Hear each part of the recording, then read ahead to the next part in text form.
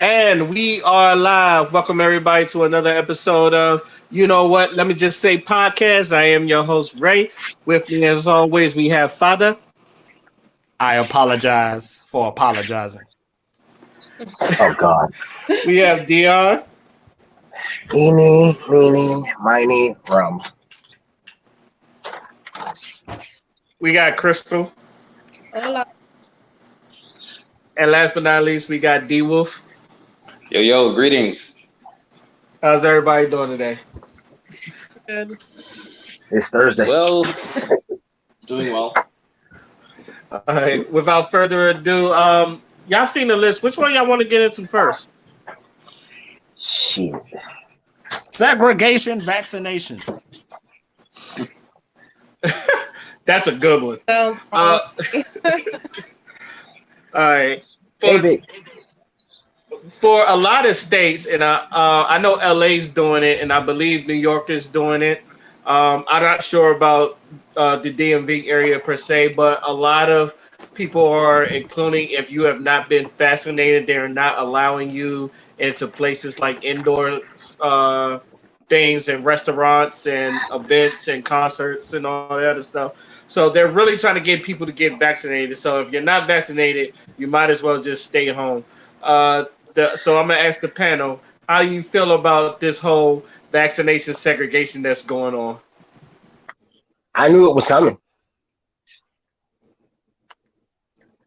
Anyone who said so was deemed crazy when it started. You said this was coming. It's literally the only reason I got the damn thing. That's so crazy. I only literally got the vaccination to get it out the way because I knew there was going to be annoying with it. I literally just got it just to say I fucking got it. Leave me alone. Man, look, as someone that doesn't have it, and like part of me doesn't care, but also the part of me is like,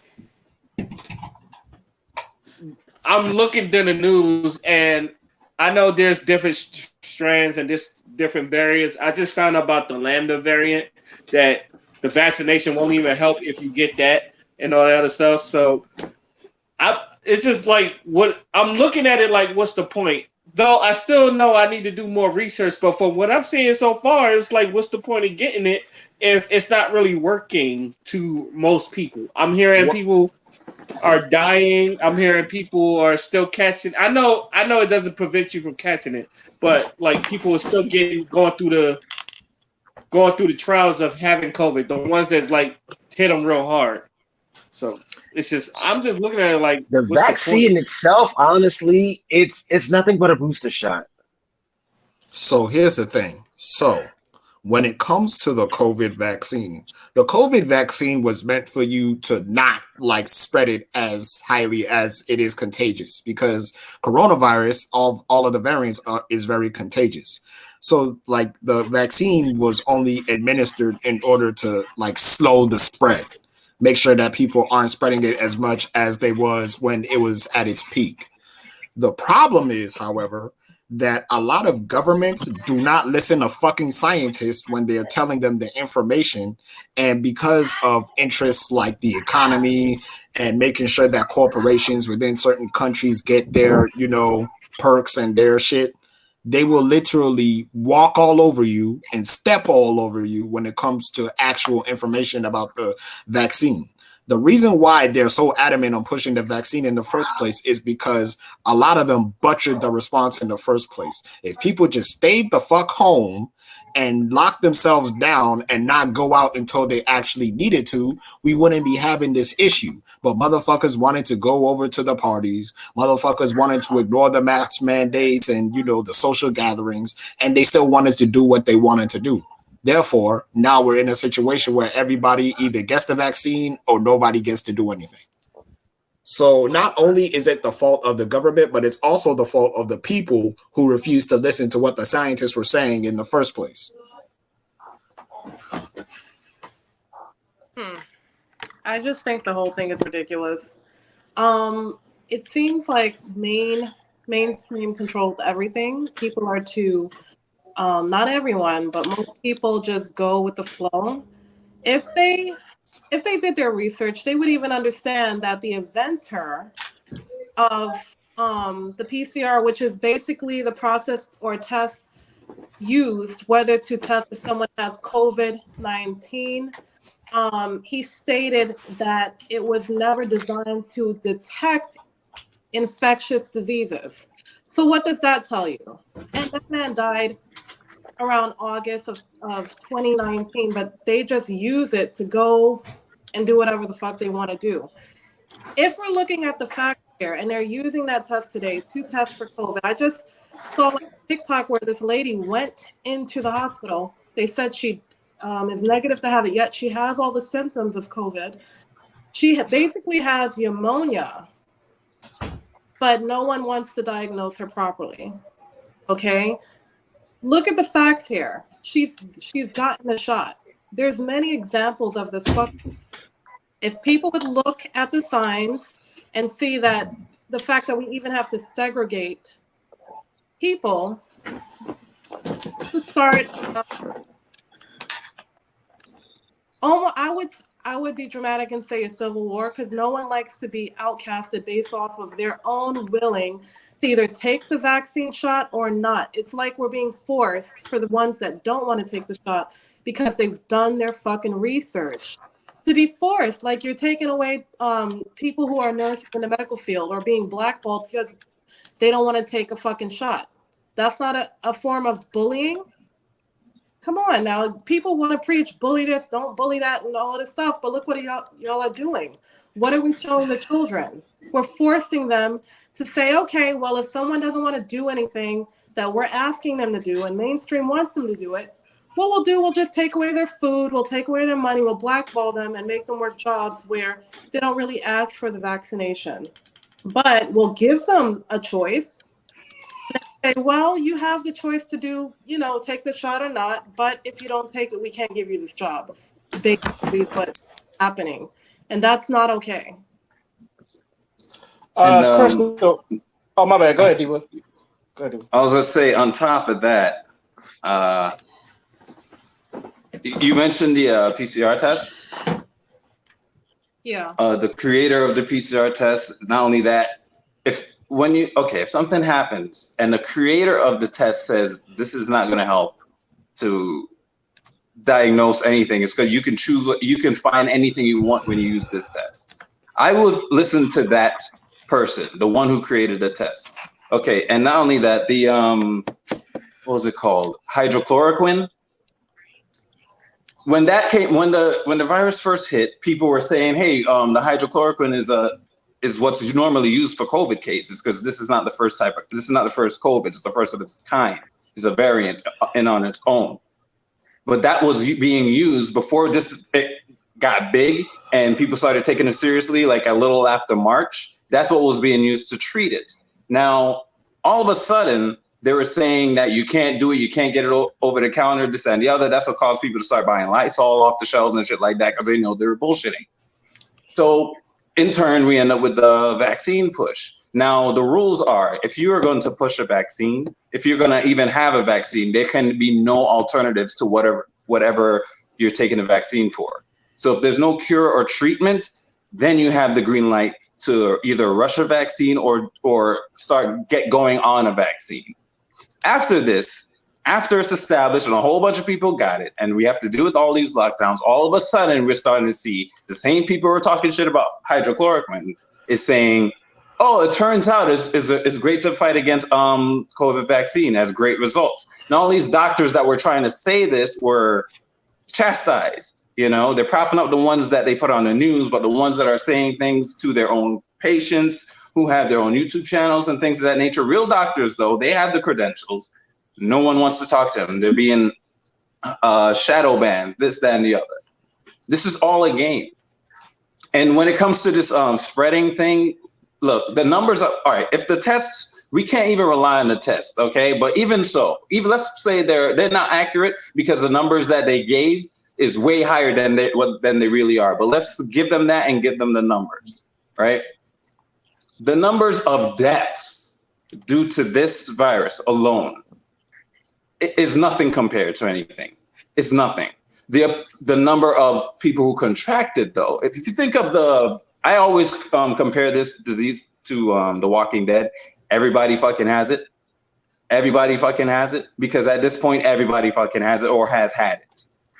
Okay, and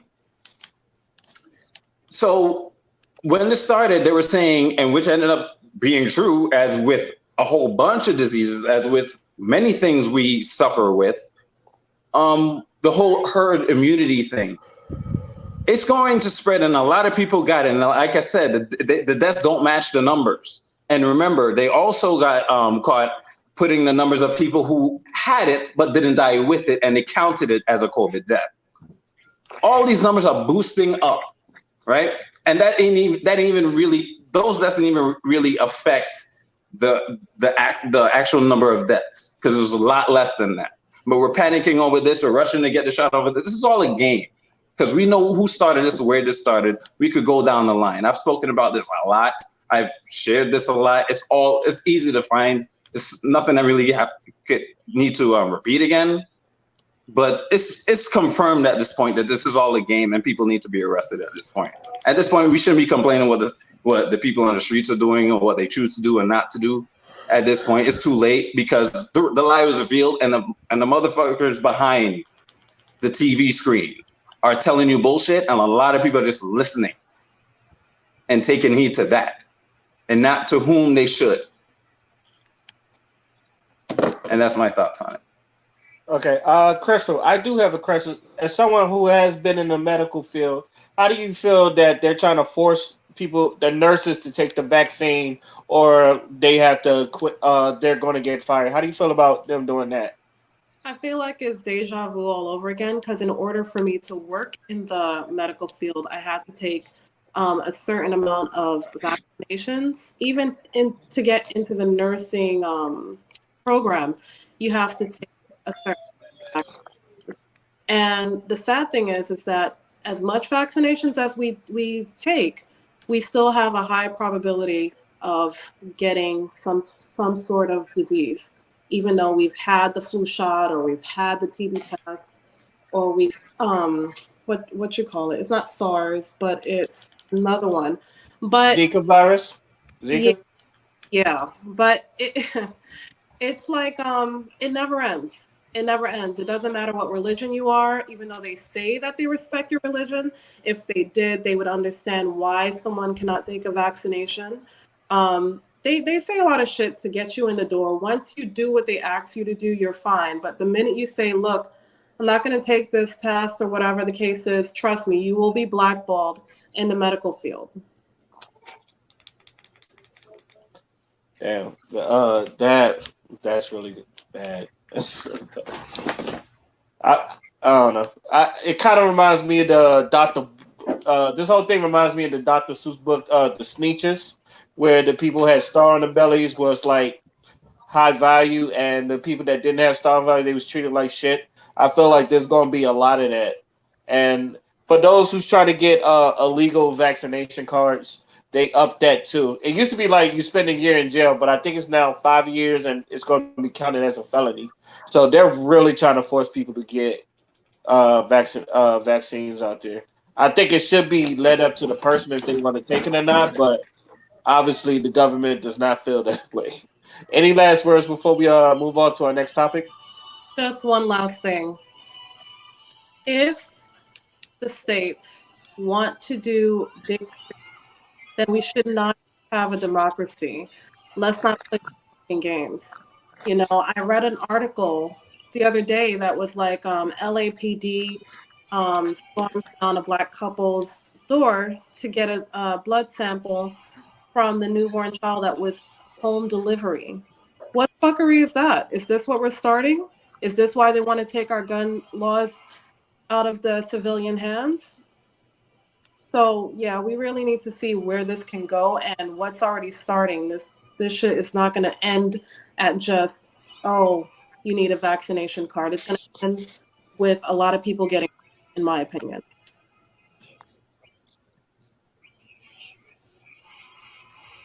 Totally Uh, agree. yeah. Now transitioning from segregation vaccination, we can go into eviction moratorium. Father, you wanted to talk about this, so would you like to explain what eviction moratorium is for the people that don't know? Okay, so basically, when the pandemic started, a lot of people lost their jobs and were forced to stay home and put in lockdown as a result. So the CDC put an eviction moratorium in place because since a lot of people lost their jobs, a lot of people lost their sole income, which means they couldn't pay their rent on a timely basis.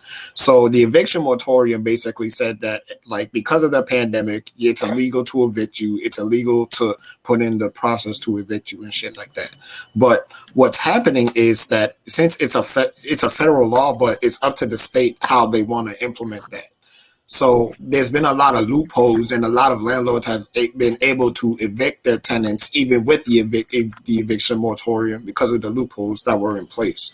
So the eviction moratorium actually expired July 31st, and there were Congress was trying to was meeting in order to see if they were going to extend it or not, but they couldn't come to like a consensus as usual. So it wasn't, extended until recently.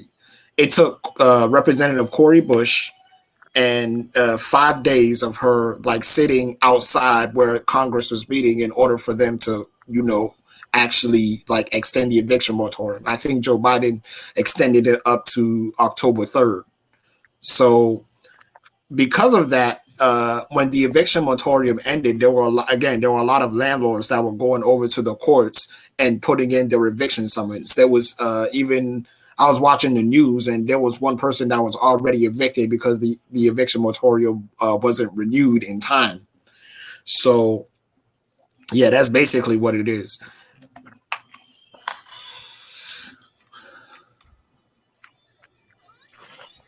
Okay, so the panel, I asked you, how do y'all feel that that's happening? Who wants to go first?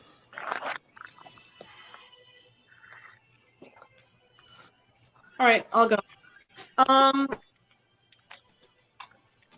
Is it bad that, and you guys will tell me, I know it's my own opinion, but is it bad that I don't feel any sympathy for people who are get evicted based off of this because of all the stimulus? I'm not going to say you should feel bad, but at the same time, it's not like we caused this. Like this shit just happened. True.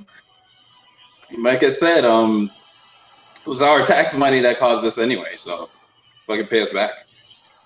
At this point, we're old. So, but I don't he's know. a hero. I don't know due to fear that I saved a lot of my money because I knew that once the government start giving you money, you better start preparing. An apocalypse is coming. Something crazy is coming.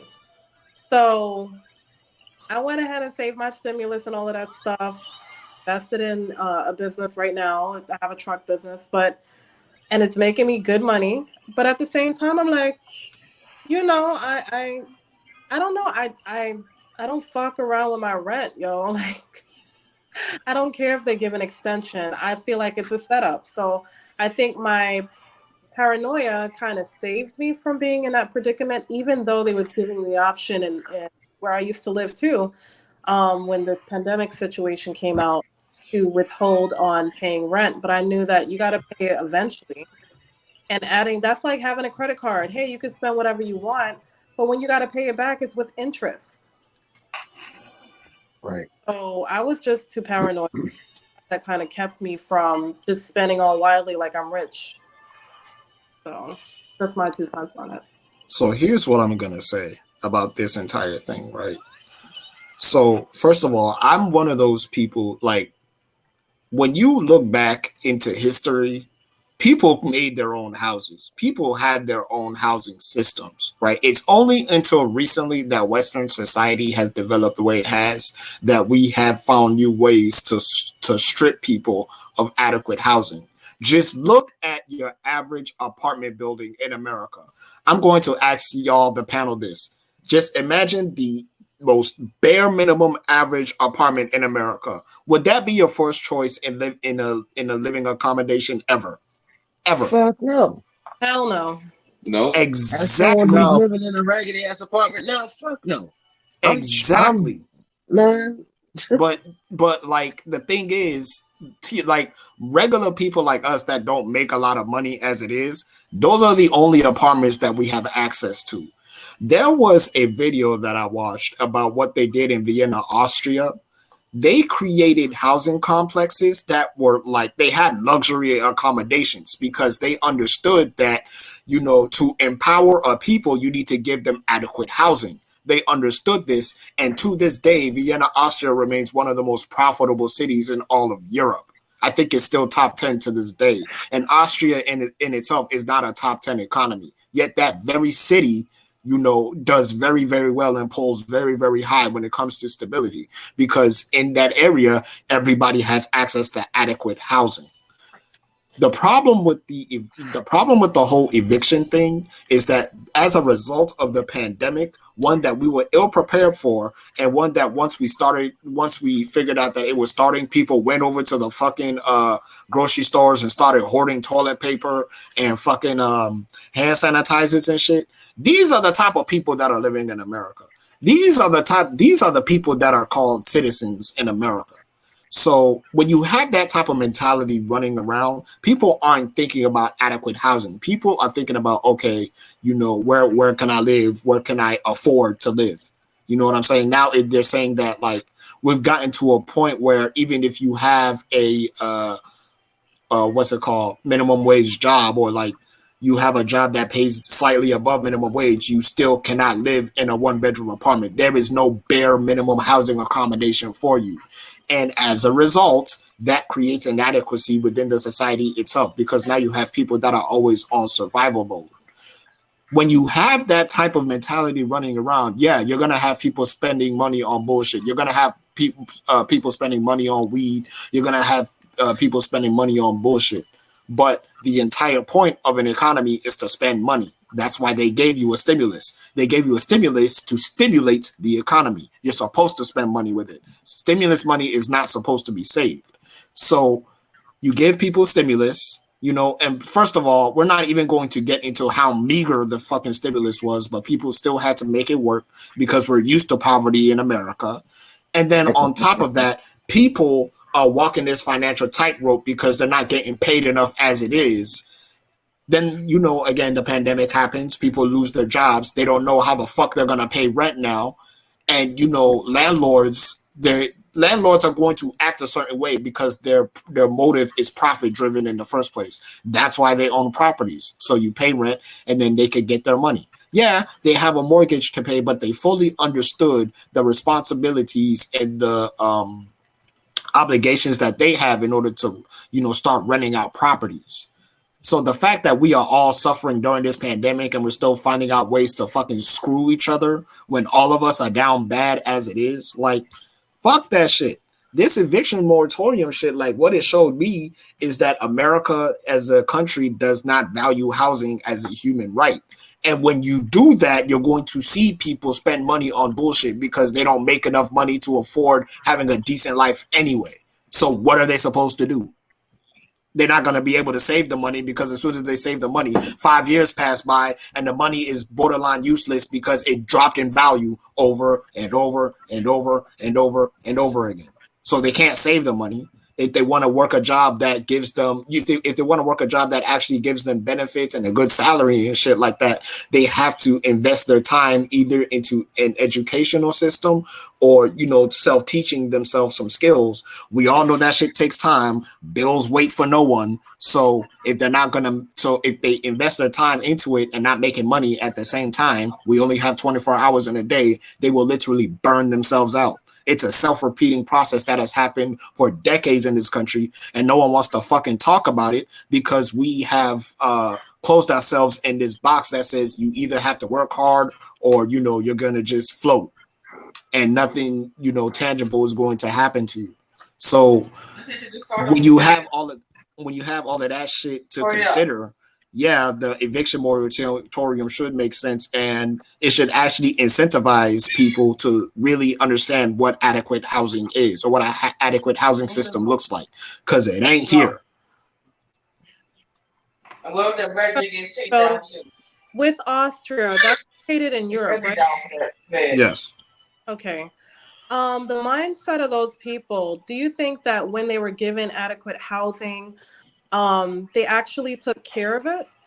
Yes. Not only did they take care of it, but because you're gonna have people that grow up within a society, then they become of age, and now they're able to look for jobs and shit like that.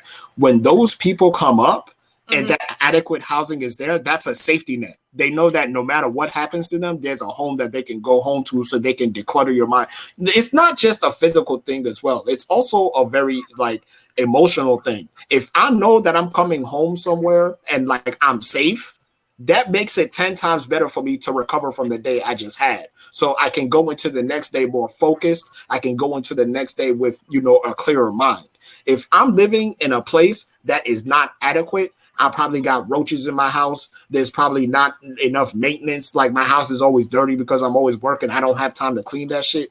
I'm going to be miserable as motherfucking hell. You understand? When you 100%. Have people, when you have people like that walking around, and it's an entire section of people that don't make enough money, then you're going to see why people spend money on bullshit, because they don't value themselves. But in a society like in Austria, people fucking value themselves. That's why, by the time they realize that, okay, maybe I don't need this adequate first housing experience anymore, I can go out and get something more suited to my needs because I make a little bit more money.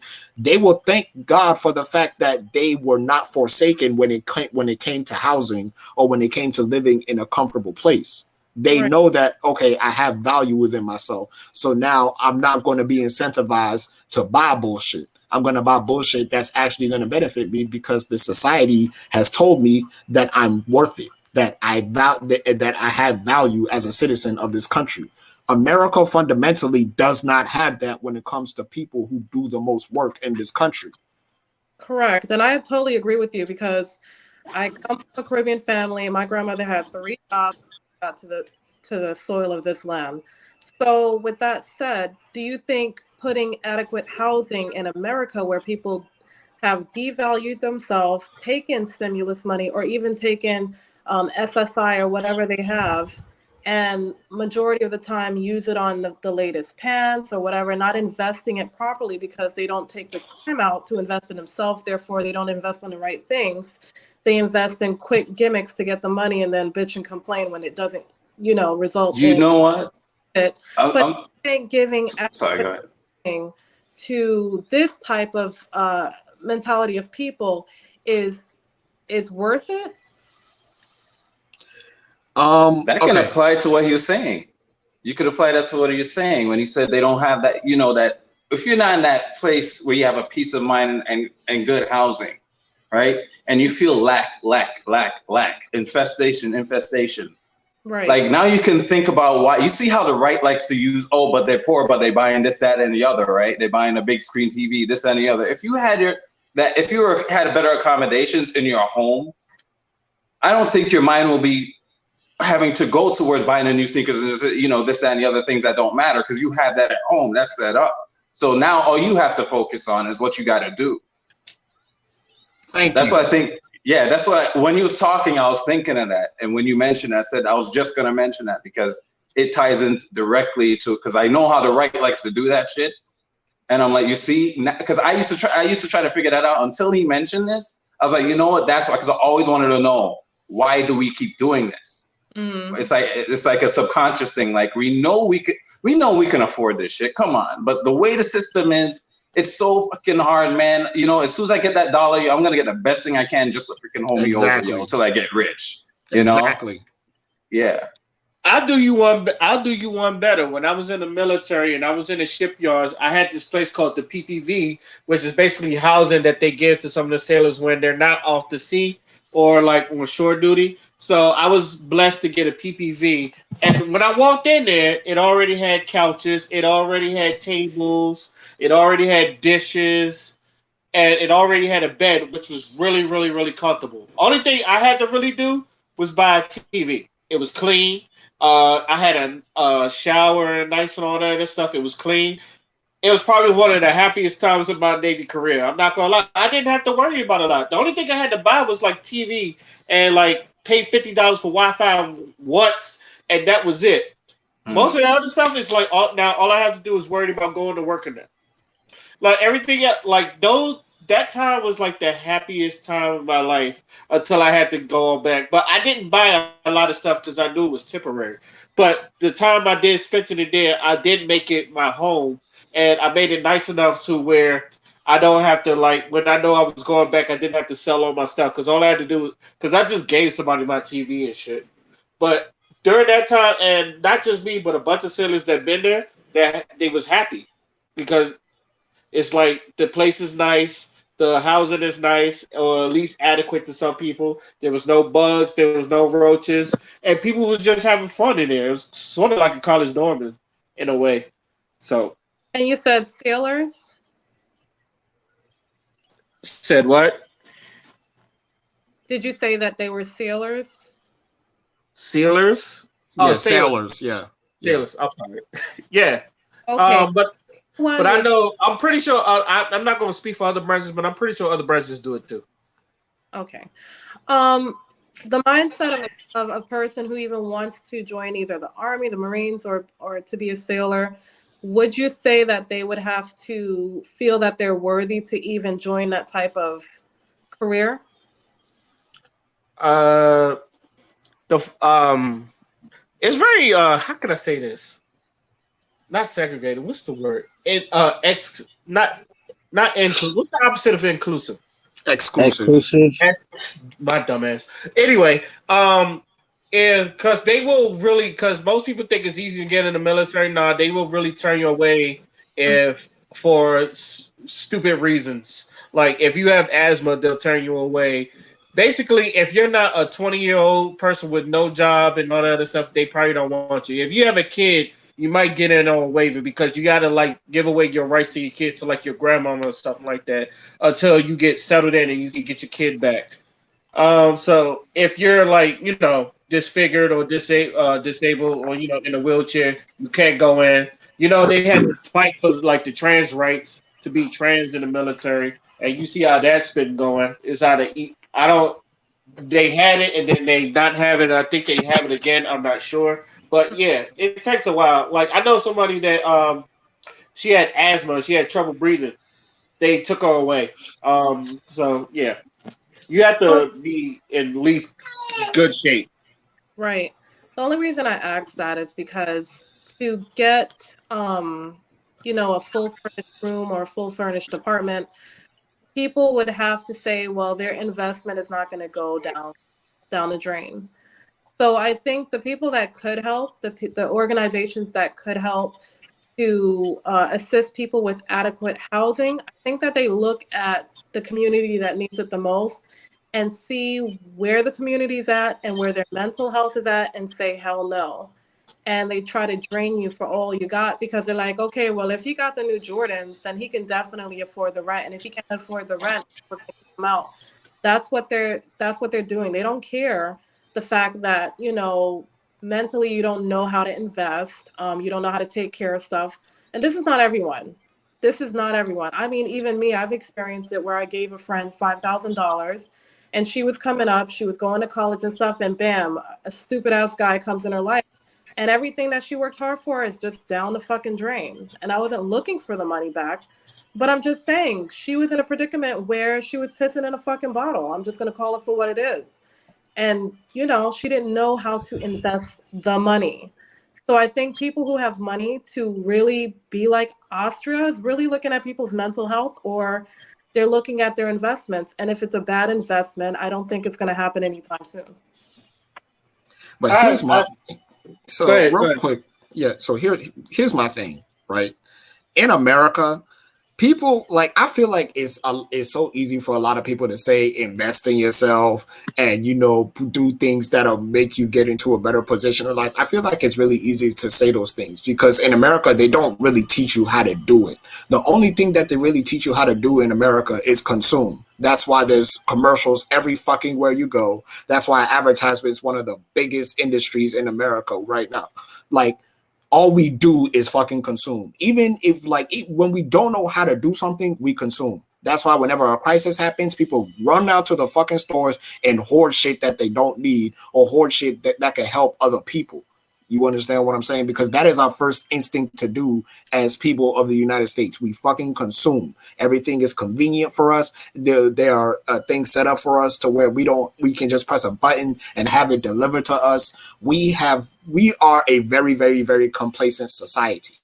When you have that, and you have children that grow up in that type of society, they're not going to know how to invest in things because that's not what this society prioritizes. It's very much a you're your own worst enemy type of thing, where if people that do want to learn that type of thing really want to apply themselves to that, the problem with that approach is when it comes to investing, you have to lose. You know what I'm saying? There's people that have brilliant ideas and they want to make it a reality, but their resources are finite. They don't have the same funding as a lot of these people that I'll give you an example. Like social media is the way it is because people have found a way to make it business oriented. That's why when you have a celebrity and you look down at the comments of their tweets, of their IG post or whatever, you see people just straight up advertising because everybody's trying to get it at the same time.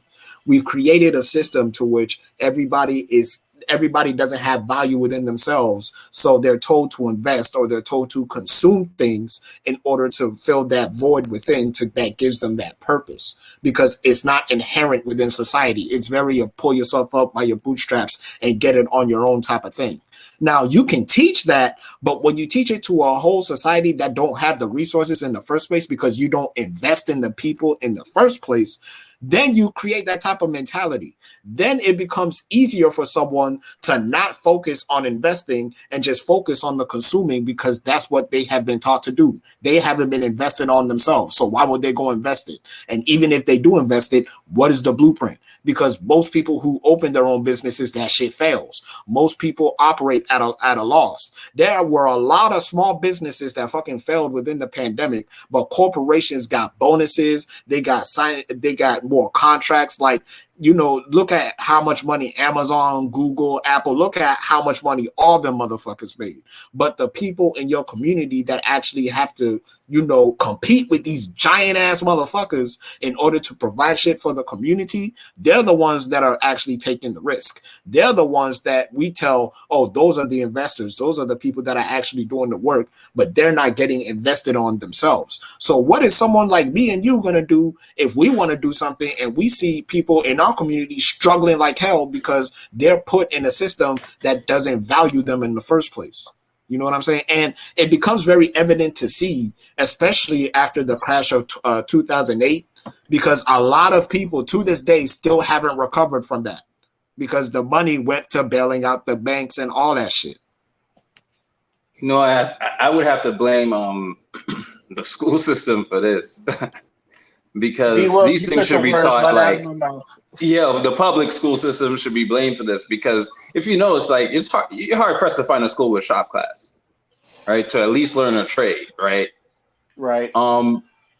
They don't focus on, and now they're trading in for bullshit classes when you get in a higher level and this and the other. So when this happens and you don't have these resources, so a developing young person can understand when they get into the real world. This is why the 1% is the same 1% because everything's passed down. Not enough are being taught like they used to of how to get up there.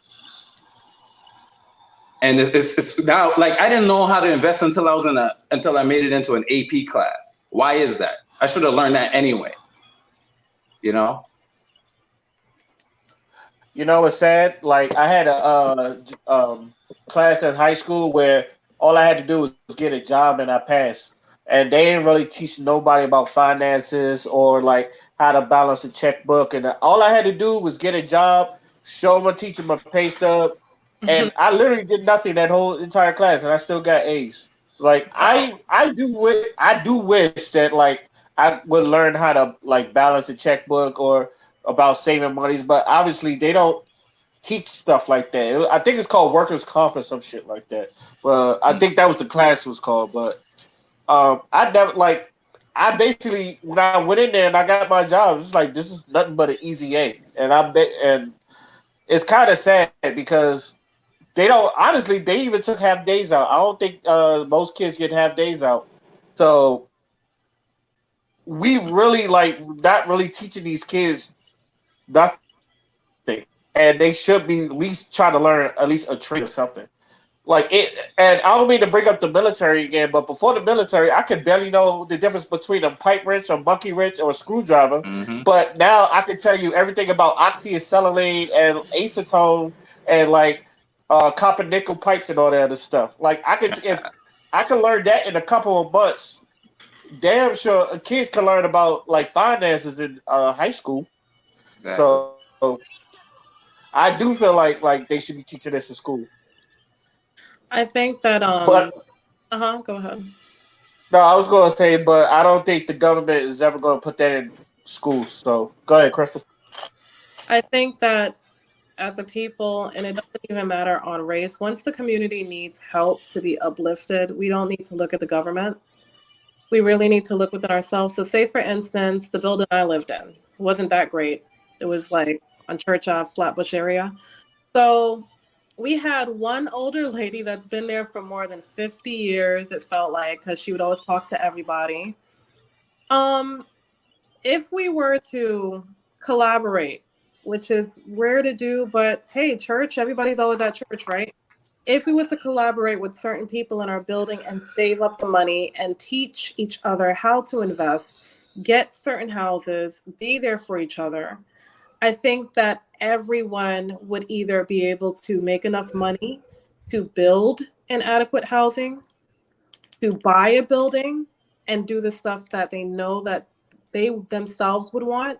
Because here's the thing, when you have government officials making adjustments on what the people need when they've never been, or they have been in their spot before, but not enough of them have been where, you know, regular civilians have been, what they give civilians is not what we need. What they give us is actually more harmful than helping. And yes, they should teach finances in school, but we all know that school system's made to make sure that you're a slave, not an entrepreneur. So it is what it is.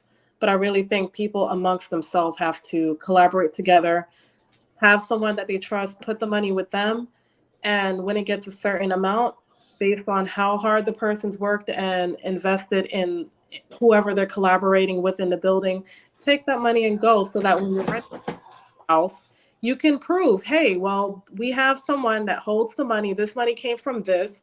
This was invested by John upstairs on 3B, and then this lady in 3C gave $20, so that you can prove where the income came in and they don't think it's drug money. They used to do this back in the day, but nobody talks about that. We used to do that back in the day. So once we do that and collaborate, we can eventually build our own bank system. That's how far it can go. But we have to start somewhere, and the government's definitely not the answer. Thank you. I think, in my personal opinion, I think the excuse me, the way we solve that is if any of these kids, like, ask these kids, what do you want to do? When they ask you, what do you do? What do you want to do when you grow up? If they say they want to be a doctor, they want to be a nurse, we should get these doctors, especially black doctors, black nurses, black cops, and like have them, go under their wing, like how they did with Career Day or some shit like that, where you would go on a job to see what they was doing. And like, we should really be doing that in the hood. We don't really need the government to do that. Like, a whole community could be like, oh, have this person like shadow, have a kid shadow a doctor for like a day or a week, like a just mentorship. To know, just to see if they really want to do it. like I don't want to force kids to like do something they don't want to do. Like if you want to be like a rapper, but you know your parents want you to be an electrician, nah. But if somebody has a passion to be an electrician or a passion to be a nurse, we should really be guiding those kids to be the future so they can help out the communities. Because I see a lot of these people, especially like they have good jobs, but it's like they don't go back to community because one, the community don't really show them love back. Right. But if so, I feel like if we just do that stuff and like do what we supposed to do, like help out the youth and guide them into a better future, so where we don't have to worry about the world, I feel like we can be in a better place. But Agreed. yeah, and I don't think we need the government to do that. I just feel like a community could just do that. So I don't know. That's not it. Any last words before we move on to our next topic? Yeah, good luck with all that with a hyper individualistic ass society.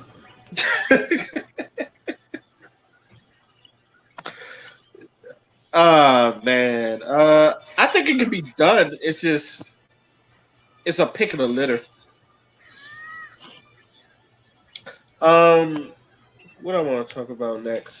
I guess we could go into Cuomo. I think that's how you pronounce his name. Yes. The CNN News Democratic Governor Andrew Cuomo sexually harassed 11 women and created a hostile work environment for women. A report released Tuesday by New York Attorney General Letitia James said the damning findings of her civil review into harassment allegations have created a political firestorm around Cuomo after what has already been a scandal-plagued couple months for the governor. President Joe Biden said Cuomo should resign. The New York legislation of both parties vehemently condemned Cuomo's conduct and are contemplating whether further action should be taken against the governor. Cuomo denies the allegation and shows no willingness to resign over him.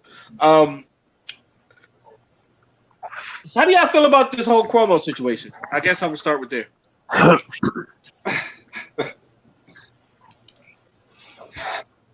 I guess I should start. I've been saying like when this came out a long time ago, and I've been saying this, and it's convenient that it happened. Like this ties into COVID because when this started, he ordered that every elderly be moved into nursing homes, and where the safest thing to do is just leave these people where they were, and leave the nursing homes alone so you don't contaminate anything. Just quarantine them, right? Quarantine them. It's fine.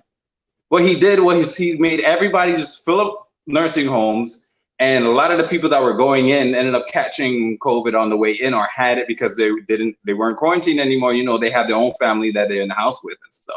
So they all, and like thousands of people died. I don't remember the numbers. It was a lot. Thousands of people died.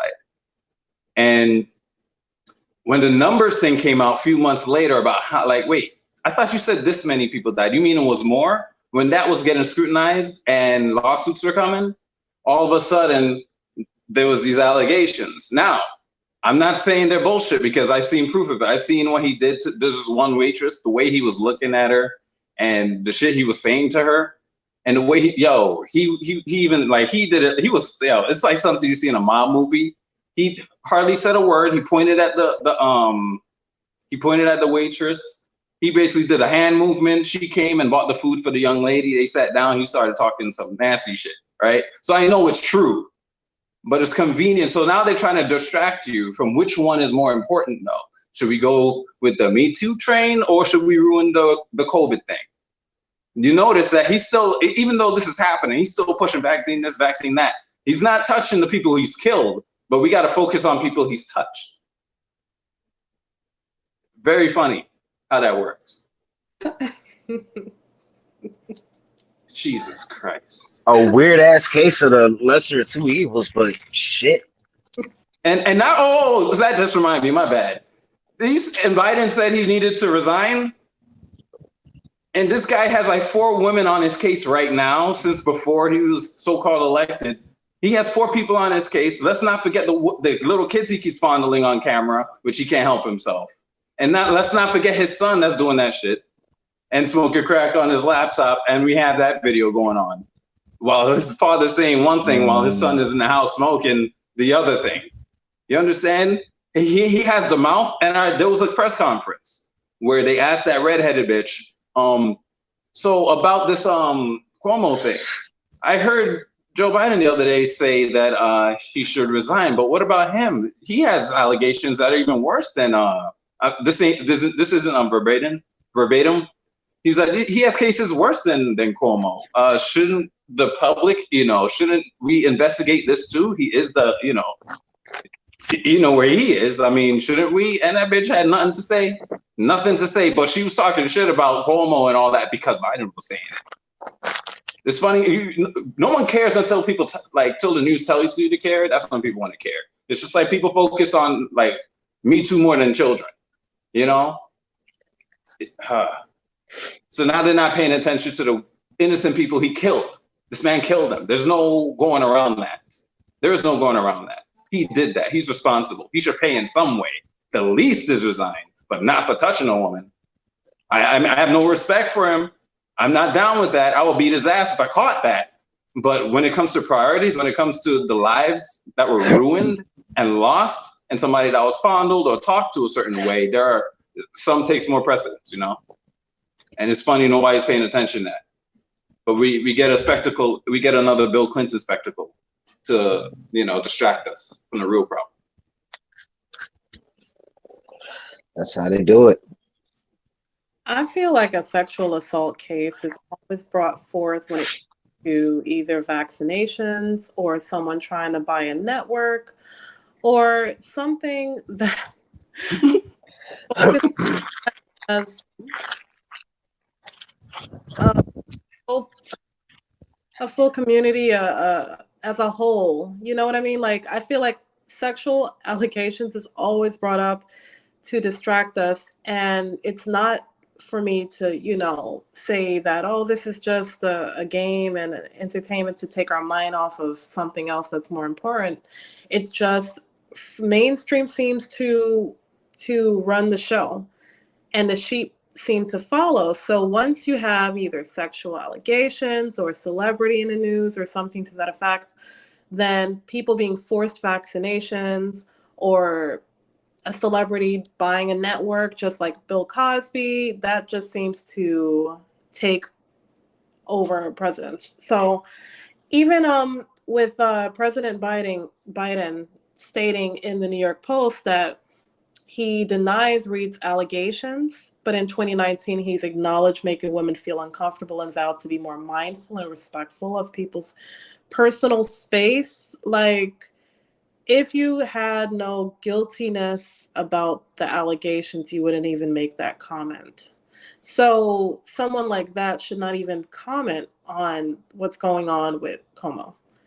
And the sexual allegation it's pertaining to what needs to be focused on, but I think we need to focus more on the fact that this man killed people based off of fear mongering.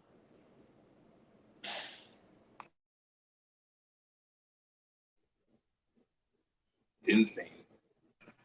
Anybody else got something to say? I mean, me personally, I haven't really been paying attention to the allegations and shit because, I mean, I don't know. Just I've not really like paid attention to that particular situation. So all I can say is that Smart man.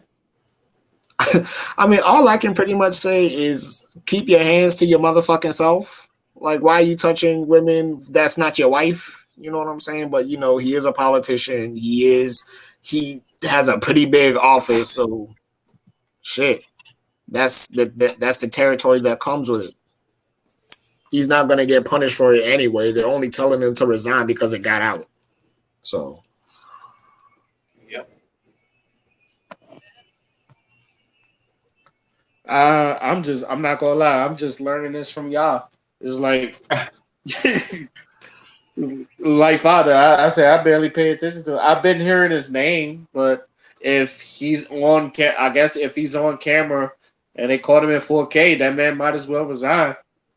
But I heard he was doing some other like foul shit other than like touching women. So, but the nipple rings.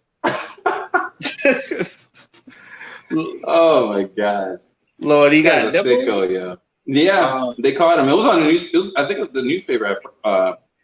You can see through his shirt. They were both pierced. You saw the, and they were like, okay, so when you think about these allegations, you're like, yeah, it's probably legit. Yeah, he might be into some kinky shit. Yeah. Yeah, just like homeboy from Florida, Andrew Gillum. Oh, they outed that brother. Bruh. I said, then again, I never believed Andrew Gillum. It was like, how do you have Rosario Dawson on your side and like just treat her like cardboard?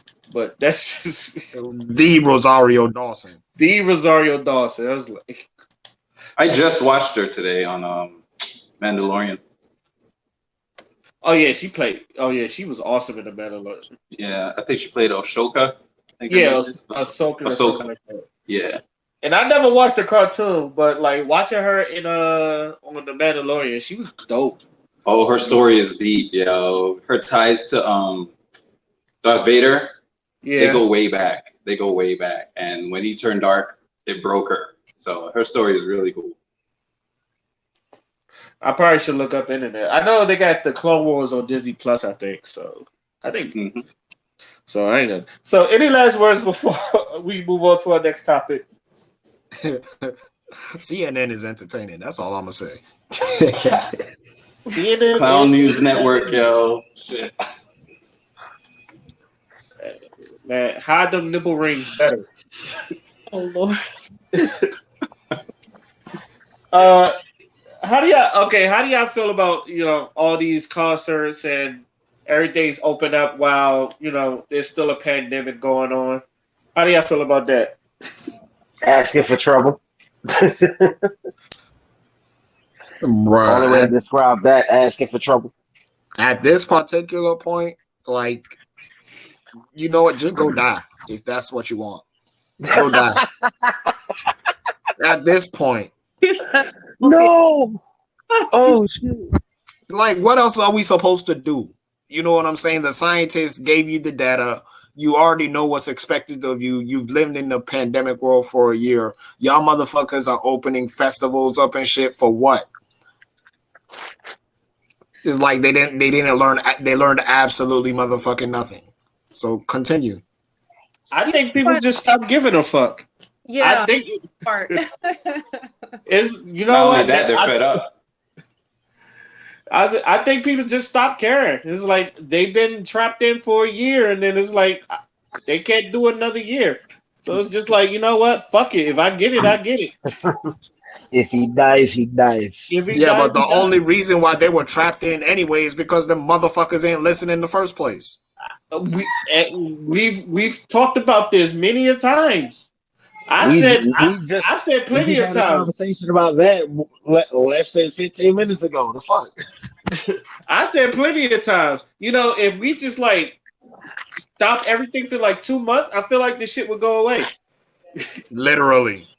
Like just 2 months. It's like, yeah, some people might die, all the other stuff, but I feel like we wouldn't be in this mess. Like, one thing, I always say I don't support Trump, but I think Trump was right about this thing. Like, it should go away.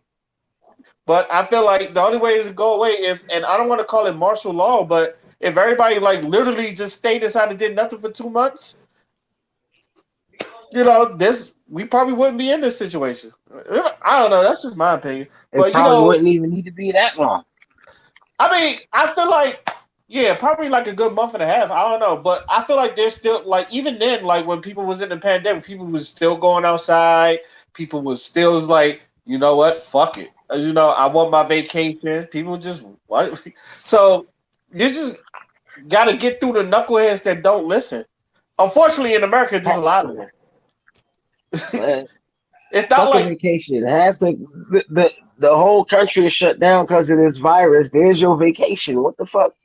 Bruh, look, people cannot. We're forgetting the whole border thing. Yeah, like a lot of them aren't being tested at all. A lot of them, like as soon as I saw a video recently where they caught a whole bunch of them being just given papers as soon as they came over and saying, "Go see this guy, go see that guy." No testing, and the guy had him translating. And he's like, no, Tess, just go. And he's like, are you, wait, they're really just letting these people in? He's like, yeah, what do you mean? It's always like that. I'm like, son, and that's the problem. But nobody addresses that when we're talking about COVID. Nobody addresses that. That's adding to the problem. These people are just coming in, and we're supposed to be like, they're telling us to stay inside and shit like that, and quarantine and wear a mask and get vaccinated, this, that, and the other, and they're just letting these people in, and we see a rise in this shit, and we're like, there's no correlation, and this is why people are frustrated, because not only that, the science, the science is saying it's flip-flopping every time. This is one of the reasons why Fauci's under fire right now, because it keeps flip-flopping. You cannot say, because as a general rule, you cannot say these words out loud to the public, because it's not true. He said the science on this is settled. All right? You can't say that and then the next week change up the rules and say, okay, now you got to wear a mask. And then go back another week. Oh, it's ridiculous. You don't need to wear a mask unless you're doing this, that, and the other. Now you don't have to. Oh, now you have to wear two. Now people are getting fed up. They're like, okay, is this serious or not? Because at the same time, like, I look around me in my immediate circle, and you could go a little bit further than that. Probably like 5 rings of people in your circle out, full of rings. But see, this and you don't know anybody that died, but you know people who got sick. That started, things being the way they are in the first place. The misinformation and things that we should have been told and were not told at the start of this. And not only that, people were listening when it started. When they told us in March that 2 weeks for what's the term they kept using to something to curb or something like that. People listen, and we were like, yo, okay, we're listening, we're staying home. Like, okay, you guys are. So after this, we're done, right? And then we just saw rises. And like, keep in mind what was going on. The homeless wasn't listening. I'm not blaming them. I'm just saying that's a factor. They weren't listening, and we had all this going on. But we still stayed home. We still listened. And now the rules are changing again. And now we're locked down for almost 2 years. I think from 2 weeks to whatever the curve. Yo, do you think they're going to lock down again? Oh, they will, but I think people are going to start. Have you seen what's going on in other countries? They're putting us to shame. Like right now, the people are going to start marching to France. What's the other? Man, there's a whole bunch of countries. I think Germany. Some places in China where they won't get killed for doing it. A lot of people are like, because they're starting lockdowns. London, especially, I was surprised when I heard London was doing that, because they're worse than us when it comes to. They don't even have free speech over there. So, but them too. Everybody's like, oh, you put in another lockdown. We're not dealing with this anymore. There are millions in the streets, not thousands, millions in the streets, because everybody's fed up. Because the science isn't settled. You cannot say the science is settled and it's not settled, and then you're changing the rules. You say we can do this, we can't do this, and you're changing up like, no, we can't do this no more. We can't trust you. We can't trust you. And the people you say we should trust is the most consistent, but we can't trust them either. So what do? You know what? Let me see those numbers again. Who's dying off of this? Oh, this is nothing compared to the regular flu. What? You serious? Okay, I'm done. I'm done. And they're just done. Fuck it. Fuck the, like they're saying, all of them are like, fuck this government shit. Look what they're doing. They're being ridiculous. Yeah, like they couldn't handle this. So you mean to tell me with all the intelligence they have, they couldn't handle this to crush this, to stop this from spreading? They knew it was from China. They knew Fauci was behind it. In 2007, he was saying he was going to do this. I mean, not 2007, sorry, 2017. And it happened. People know these things, and they're like, you know what? I'm done. But I'm surprised it didn't happen here yet, because we're the ones with the guns. So I'm surprised it didn't happen here yet. But I think people are getting fed up. But people out here like the peaceful protests. I think it's going to get there. Give it time. I think it's going to get there. Yeah. But wasn't Fauci, wasn't he behind some other shady shit back in the day? Did people forget? I forgot which one it was, but it was really fucked up when I heard about it. It was the AIDS. He did the same thing with the AIDS about how you contracted and stuff like that, and caused a whole bunch of people to get scared. A lot of them killed themselves, this and the other. It was the same shit as today. And I don't know, they still hired the same guy. It's funny. He didn't handle it right. And the news and what we know about AIDS is nothing compared to what he said back in the 80s. That's why a lot of people dropped dead. And they still trust him with the pandemic that he paid for, that he used our money for. And yet he has a nerve to still show up on the news, tell people what to do while he's under fire in court. This is funny. I love this country. Yep. This is true. Yeah, it's funny, because straight up and down, son. God. Yo, this is treason. I don't know why we're just arguing. This is straight up treason. He confessed to doing this shit, and he's still on TV. So I'm like, what world? There is no justice here. Yo. And it's not. I can't even blame them. I'm not blaming them. I'm not blaming Fauci, because we say yes to this shit. We see it in our face, and nobody's batting an eye. Nobody's like, yo, Fauci did what? Let's go march up on his shit. He killed a lot of motherfuckers, especially us, because that shit was hitting us first and hitting us hard. We're the ones that need a fucking sun. You told us to stay inside and that shit just marinated in us and killed us? Fuck out of here, yo. Nobody's saying anything. Nobody's marching. And this is directly affecting everyone. Let's also not even get into how a lot of those healthcare providers and big pharma profited from the pandemic as well. Oof. And they can't get sued. They can't get sued. They are literally too big to fail. Shit's fuck up. Mm-hmm. And that's the thing. People like me and a lot of people, they don't. It's not that they don't. They're afraid of vaccine or the anti-vaccine. This one in particular is very scary how they're doing it. That's the apprehension, really. And because they know it's, especially Black folks, when we know it's an experiment, where it says it on the CDC website, it's known, it's not FDA approved. Black people are like, nah, and that's why they're forcing it. That's why these incentives are mainly focused towards us. But they'll tell you it's because it's spreading. But I'm just saying, man, I ain't see anybody drop dead yet. I've caught it. I know people who caught it. I know people died after catching it. And I know for a fact they didn't die because of it, but they did have it. I know all the cases, but no one I know, and I know a lot of people, no one I know has dropped dead from this. At least one. At least from the virus, not the vaccine, the virus. And it should be more. You're gonna get an answer. You're gonna get, somebody might say two, somebody might say one. I have never heard it yet. Everybody that's been asked, everybody that's asked me, no one says yes. And I'm not saying it's not real. I'm saying this is blown out of proportion with using their statistics. This is blown way out of proportion. It's just how scary this thing can get you, and how specific it is towards, especially the elderly or the compromised. It's specific, but it's not. This ain't swine flu, and that was a COVID one, and this ain't the swine flu. And that shit was dangerous. They were actually mad at Obama at the time for not reacting, but somehow it disappeared. I gotta go back and look how that happened. For what I remember, he said he was kind of prepared for that one. No, they were mad at him. They're like, "What's going on? Why? What's taking?" Nobody. There was nothing like this. Didn't happen, and that shit was worse.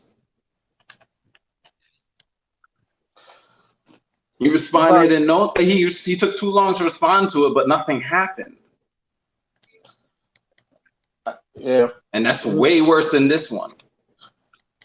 I mean, since he's been in office, it was like every year it was some new virus that was coming out. Oh no, not even since. It was before. This happens like every year, something new.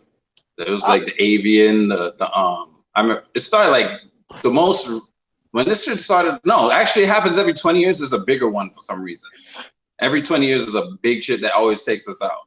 Not 20, sorry, 100. Yeah, every 100. What was it? Polio last time? Last time was the Spanish flu. Before that was I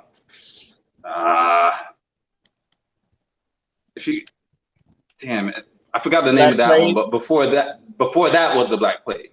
I think the Black Plague was like about 200 or 300 years before. It's like every 100 years in the 20s, the shit starts.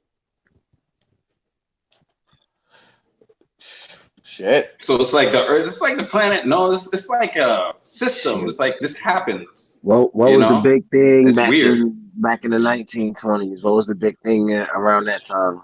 Smallpox. Spanish. No, was it Spanish flu or was it smallpox? I think it was both. Okay, was yeah, because they had to Spanish- it get was the mainly Spanish vaccinations and masks too. They had to do with that shit too. The It same was thing is mainly, happening. yeah, it was mainly the Spanish flu, and you also have to remember they just got out of a world war. Yeah, and the thing about that is, with there's speculation that nobody talks about the World War. They didn't. How did this go?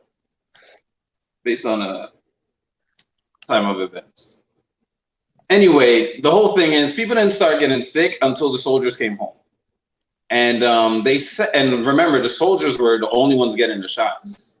When the soldiers came home, then everybody started to get sick, and today people are starting to question, okay, is it whatever they gave these soldiers back then?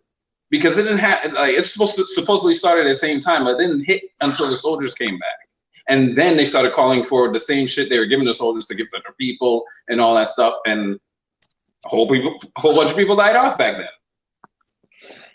Yeah, And now here we go. Was it something that the government did to the military, or was it just hell yeah. No, it was tracking XYZ when they went off to these other countries to do what they needed to do? That's what they were told. That's what the soldiers were told. Because you're going to other countries, you don't want this foreign diseases fucking y'all up when y'all over there. So you got to take these shots. But people travel. People did this all the time. It's mostly hit or miss. It's not a lot of people that come back sick when they travel and drink the water. Like, they tell you don't go drink the water in Mexico and shit like that. It's not that bad. You probably get a stomach virus or something, coming back dying. Sometimes all it takes is one. That's true. But this is too much and too big, and it just destroyed a lot of people. And these things are monitored all the time.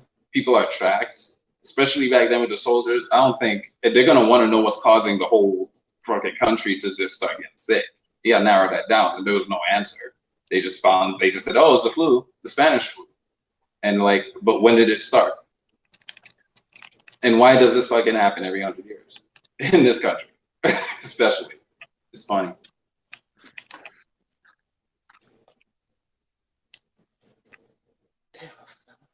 Any last words before we move on to our final topic? We live in an inadequate society.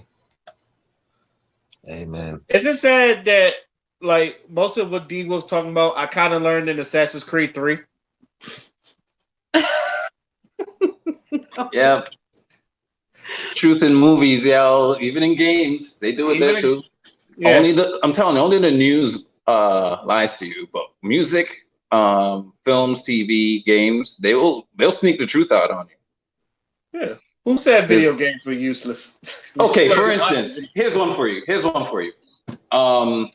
Do you remember that game that came out? It was announced in 2019. It came out in 2020. It was a Microsoft game. Keep that in mind. And it was about the plague. I think it was called A Plague's Tale. And it's for Xbox. It was an exclusive. Remember I said keep in mind Microsoft. It was announced in 2019 and it was on sale in 2020. Now the game is about the plague, which was, it was spread by rats. So in the game, you're like running around avoiding rats, shit like that. It's like a whole story about a brother and a sister trying to escape, the plague. It comes out in 2020. Now, it's funny that that's when this virus hit in 2020. The 2020 is the year of the rat. Okay? Bill Gates said he wants to reduce the human population on Earth with vaccines. He said these words. What company was he? Remember I mentioned Microsoft. And that game came out what year? 2020, year of the rat, representing a plague. And what followed? and who's pushing the vaccine. You could call it a coincidence, but I don't believe in coincidences. Especially when Fauci himself mentioned the virus and the vaccine in 2017. Like he knew. His wording is like he knew. That's what makes me mad about this. Like, this information's out there. It's out there. Okay. And you could confirm this too. Don't take my word for it. No, you want to know what's also very interesting about the year of the rat? Of the year of the rat, most of the years in the year of the rat, that's where the Olympics take place. 2020 is the year of the rat, right? Tokyo 2020, 2008, Beijing, 1996. I believe that was in US, right? 96 Olympics. Was it? Australia was after that. It was 96. Yeah, 96 was Atlanta. Australia was 2000 because I remember because the basketball team went bronze that year. Okay, yeah, so after that. And then the 84 was also year of the rat. And that had Olympics as well. Interesting. That was also in the US. Yeah, it was in Atlanta. 96 was Atlanta. 96 84 was LA. Yeah, I see it. That is interesting. I gotta look that up. I see a correlation with that. Shit. Speaking of year of the rat, I think that's what 6ix9ine got out of jail too. So it all makes sense. Shut up, Yo! Shut up, Ray. Oh my god. Fucking Treyway. It's like that. That was awesome, man. Big man. It's all a coincidence. All right. Last topic. This is not really about the baby situation, but the things that are around it. Says he's been getting canceled and all that other stuff. There's a lot of people that spoke out, especially like Boyce Watkins, who's kind of hinted that it was kind of like racism that did him in, and like them using the LGBT as to put behind it. But a lot of people thought it was racism that a black man was getting canceled, whereas like a bunch of white actors and artists, they done said stuff just as homophobic or maybe even more homophobic, and none of them got canceled. So I have two questions. So, because do y'all think all this stuff was filled with racism? And the second question is, do you feel like, because a lot of people have been saying this, especially the right, when they see like LGBT stuff on television, they're trying to brainwash the youth. Do you feel like the LGBT is trying to brainwash the youth? No, I don't. Oh wait, did you ask somebody specific, or you just threw it out? You just threw it out. Oh, okay. I don't think the LGBT in general is. I think they're being used to do it, but I don't think they are. No. I think there are people that they're sending in like into the schools and shit, blah, blah, blah. But the LGBT themselves, I know a lot of them. A lot of them don't even agree with the bullshit they're pushing towards kids and shit like that. A lot of them are like, no, they should waive. A lot of them had that shit when they were young and, they know. So no, I do not believe they're pushing it. There are people pushing it. They might be, and I would believe there is a gay mafia, but can you say that means all of them? Hell no. I also believe in a gay mafia as well. Yeah. Man. And this is funny because every time a black man that's like famous says something. Sorry, go ahead. I was saying this goes into something I said during like my final thoughts last week about, the infamous gay agenda and all that shit. All the other dumb shit people be saying, when it comes to all the animosity and everything towards homosexuals and, LGBT and whatever. It's all just it's a bunch of nonsense. But the LGBT does have an agenda. Yeah, I was about to say the straight black males. The straight black males, if you notice, the famous straight black males who has anything to say, especially comedians, because remember Kevin Hart? He couldn't do the Oscars. What's his name? Tracy Morgan. He got shit for that too. Dave Chappelle got shit, but he didn't give a fuck. Exactly. Yeah, they always go after straight black men that make a gay joke, like that, So You know the And a sad lot part of them are about- like, they cool with gays. That's the worst part. Like a lot of them that make these jokes, they all had like once this shit happens, you go on the Twitter, they never show you the tweets of the gay supporters. I'd be like, no, what are you talking about? That shit was funny. I talk to my gay friends about that shit. What are you talking about? You know? So, and it's never the gay people. It's always somebody from some organization, some blue check mark to start this first. And then everyone else starts following because they're their hero. Some of them don't even give a fuck. They just want a virtue signal. So it adds to the numbers. But then my this question kind of is, proves my point. Hold on. This kind of proves my point that allies do more hurt than good. I've always said that, like allies, whatever type of ally, maybe for LGBT ally or allies to the black people, I feel like them the people that do more hurt than good. Because if the LGBT is not tripping over it, why was you tripping over it? That's the funny you mentioned about Kevin Hart, because I was like, he wasn't even mentioning anything LGBT wise. Someone just brung that up out of the blue. And it's just like, it was an old tweet.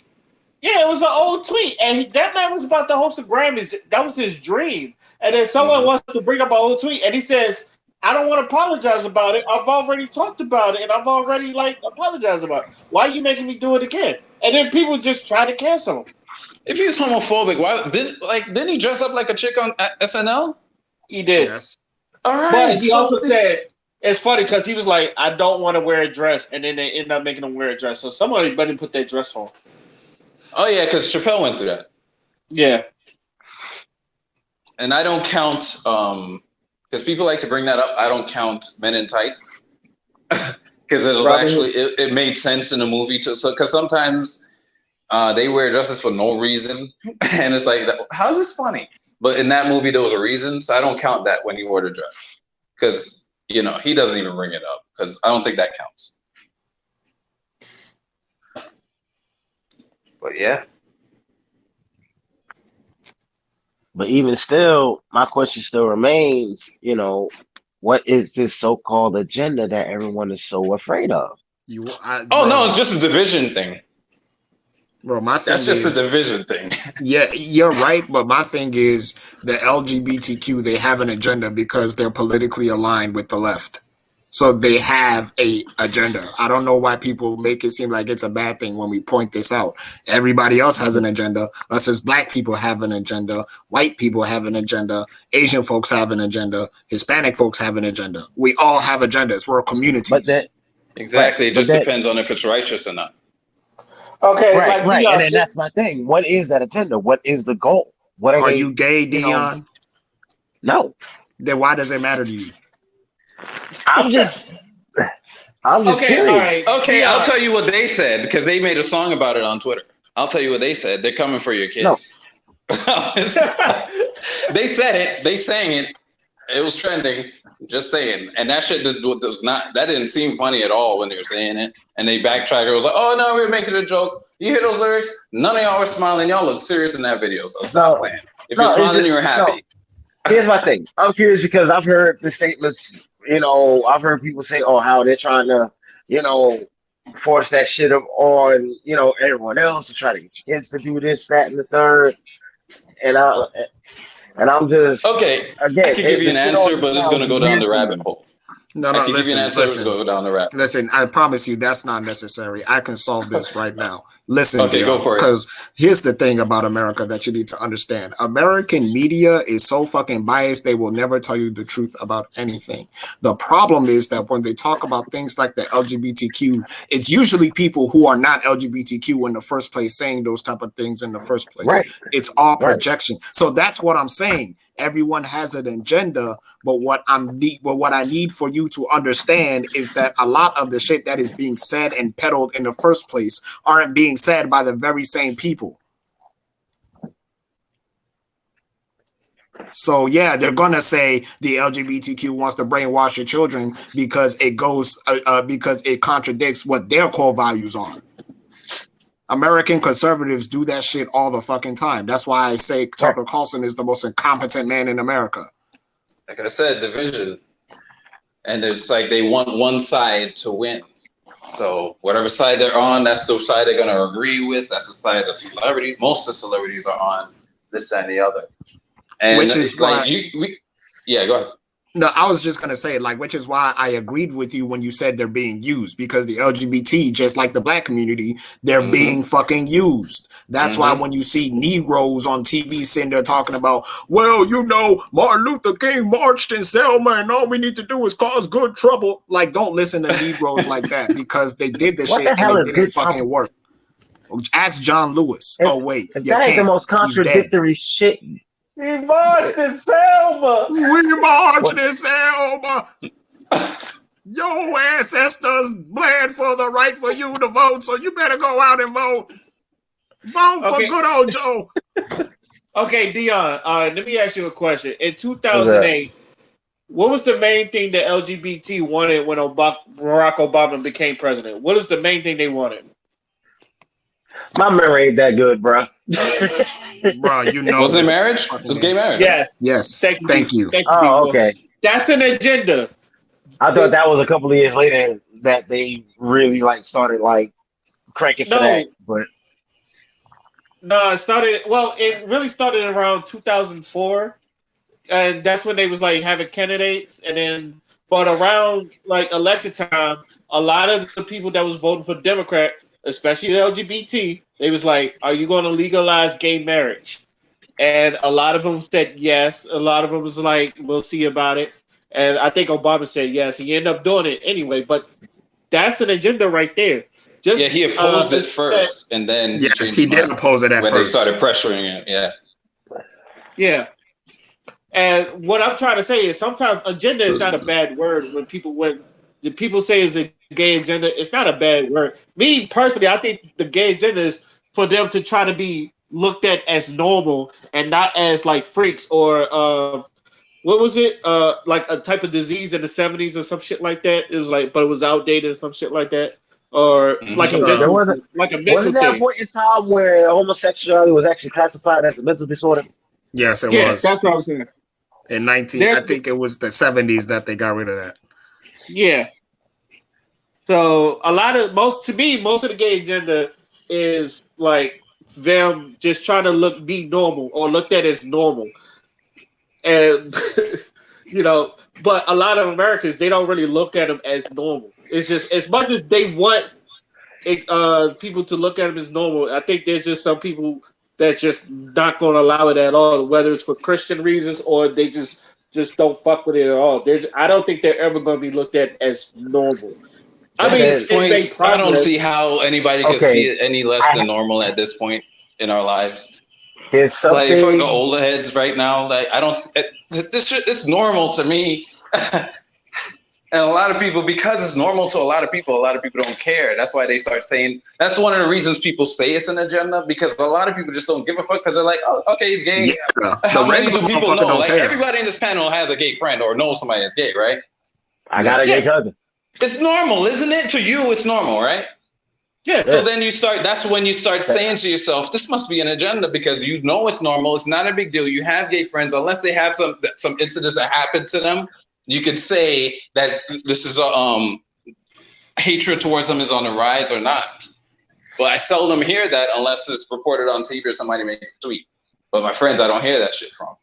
Now, at the same time, we don't deny that there's like widespread homophobia. Yeah, that's always been a thing. Can't do that. But I can't do you that. can't. Yeah, but at the same time, like we live in a society where it is being normalized in a collective level, because in an individual level, nobody fucking cares if you're gay or not. You know what I'm saying? Mm-hmm. But we do have certain structures in place. We do have certain people that aren't used to that type of thing, so they demonize it. You have to understand, we live in a very vast world. There's going to be pockets of America that don't resonate with the collective consciousness of what people are trying to do. That's why it's an agenda, so they can get that shit across, because people are fickle, people are ignorant, and a lot of them back up their ignorance with facts that they find from the internet.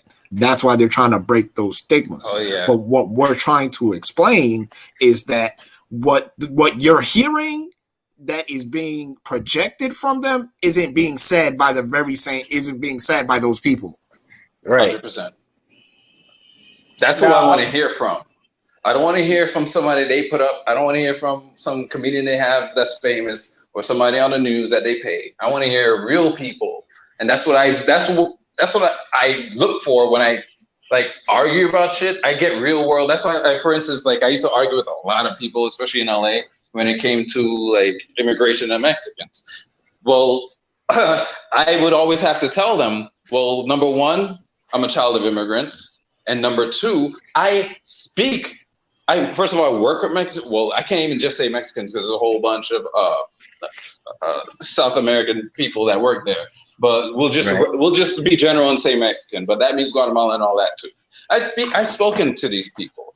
They themselves say they're making it worse for us. A lot of them snuck over. A lot of them came in legally. But the people I speak to will always have the same thing to say. Yeah, I came in here illegally, but I'm not here feeding off this shit. I want to be part of this. I want to start sending money back to my family so I could bring them here so they could start going to school and this, that, and the other. And in the neighborhood I was living in LA, a lot of them were freeloaders. A lot of them. They're either gangsters or freeloaders. And they're making it worse for the ones who are legit. Because you end up catching up or getting in a fight with the wrong one because of that. And I'm hearing this from them. I hear this from the rich ones. I hear this from the poor ones. Here's the thing, if I may. Here's the thing that a lot of people don't realize when it comes to immigration. You can say what you want about America's policies, but no one talks about how difficult some countries make it for people who want to go to other places to get out. Oh, hell. Oh, man. Yeah. No one talks about that. Mm-hmm. That's by design, by the way. Yep. Hey. That's why they say escape and refugee. They're not just trying to come over. They're escaping from shit. That more than anything else is one of the, to me, it's the biggest reason why you have so many people who come into not just America, but other countries in general illegally, because they left where the fuck they came from illegally in the fucking first place. And my thing always is, like, because of that, we need to start focusing on the countries these people come from and trying to determine what's causing them to leave and help the country's leaders deal with that problem. That way, if they want to leave their country, they're leaving by choice, not because they have to, because they're scared. Because a lot of them have pride in their country, and I love seeing that. So I'm like, you have all this pride in your country, and you come to ours. Yo, use what you learn, son, and you have two countries. You go back to your country, you invest in your country, and these leaders need to start doing that, because we can't leave this to the little man. It's not enough. These leaders need to do something and start dealing with it. I was like this new Mexican president. Why isn't he doing something? The cartel runs everything, right? Thank you. The fact that the drug cartels basically run everything in Mexico is why a lot of people are trying to jump that fucking border. 100%. They want nothing to do with the fucking drug game.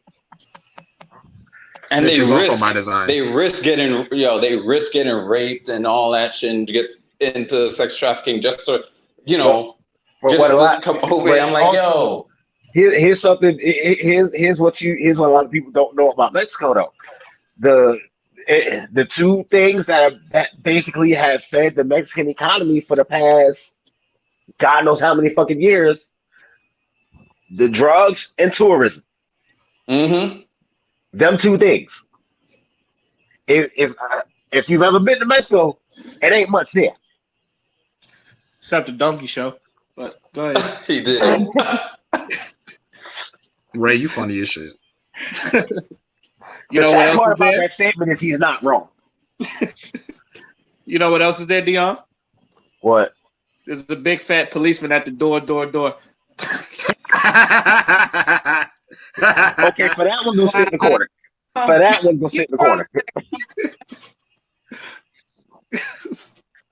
I was with you when you did that. For that, go sit in the corner. Shout out to our childhoods. That's what I'm talking. But shoot. Anybody else got any else to say before we move into our final thoughts? I just want to say this one thing. Like, in regards to everything that has been said here, this is why it is so fucking important, not only just to like speak on things, but to fucking listen. Just listen and absorb information. Peep game, ear hustle. Listen to the conversations that are being said, especially with people that you disagree with, because I promise you, when you listen to people that you disagree with, you start to find the root of all the problems of what you were arguing for in the first place. Right. Good.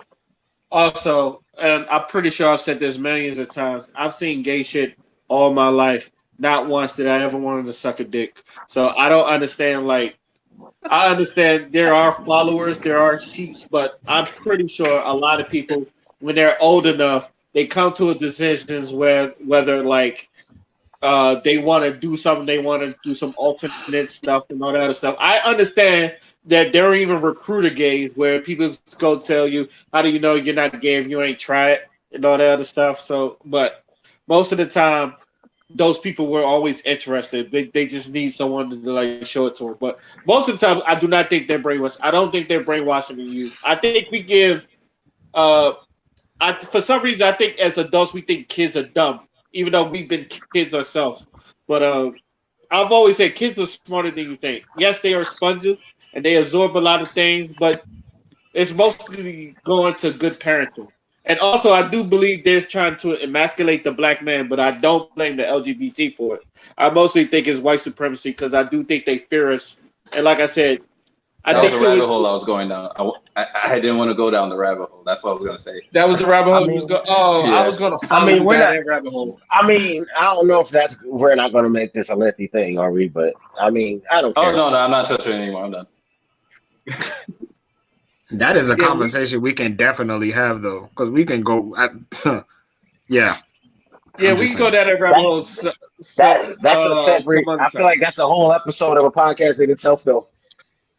But yeah, I'm gonna just say this: that Terry Crews situation, that yes, we do laugh at, it does prove my point a little bit. That it's like, you're like for someone that's what he's about 6'5", all muscle. That nigga's a linebacker. Yeah, that man was a linebacker, and as intimidating as he is, he's like having a 5'5" white man grab your dick and you not do nothing. Yeah, they're trying to emasculate the black man. And it's expected. I'm sure Terry's reaction was a surprise to the producer that did it, because that's normal over there. Yeah, and that's why, because and like Ray said, that is white supremacy. They expect that because basically in Hollywood, they don't talk about that part of Hollywood where the black people. So that's why it was he expected it, because it was so blatant out in the open. You know, usually there's a different response. Exactly. You either got punched in the face or it was someone else. I think he knew who to do it to. Mm-hmm. So I saw him talking to Sandler, and he was like, "Oh, he knows him, and Sandler knows me, so he knows what I'm about to do." And I know I shouldn't be laughing about it, but damn. I'm sorry. Don't worry, I would have gotten in trouble. Too. I would have gotten in trouble. Just telling you right now. All right, before we go into a rabbit hole, we're gonna go into our final thoughts, and I'm gonna start with Crystal. Go ahead. Alrighty, so I'm big on mental health. I feel like this needs to be said. But people that are going through any mental illnesses or feel like they can't get through the day, you are not the bad feelings you get in your head. You are not the storm you walk through. You are not the person experiencing the storm. The storm may knock you off your feet, but you will stand once again. Either the weather will change or you will find shelter, but hold on.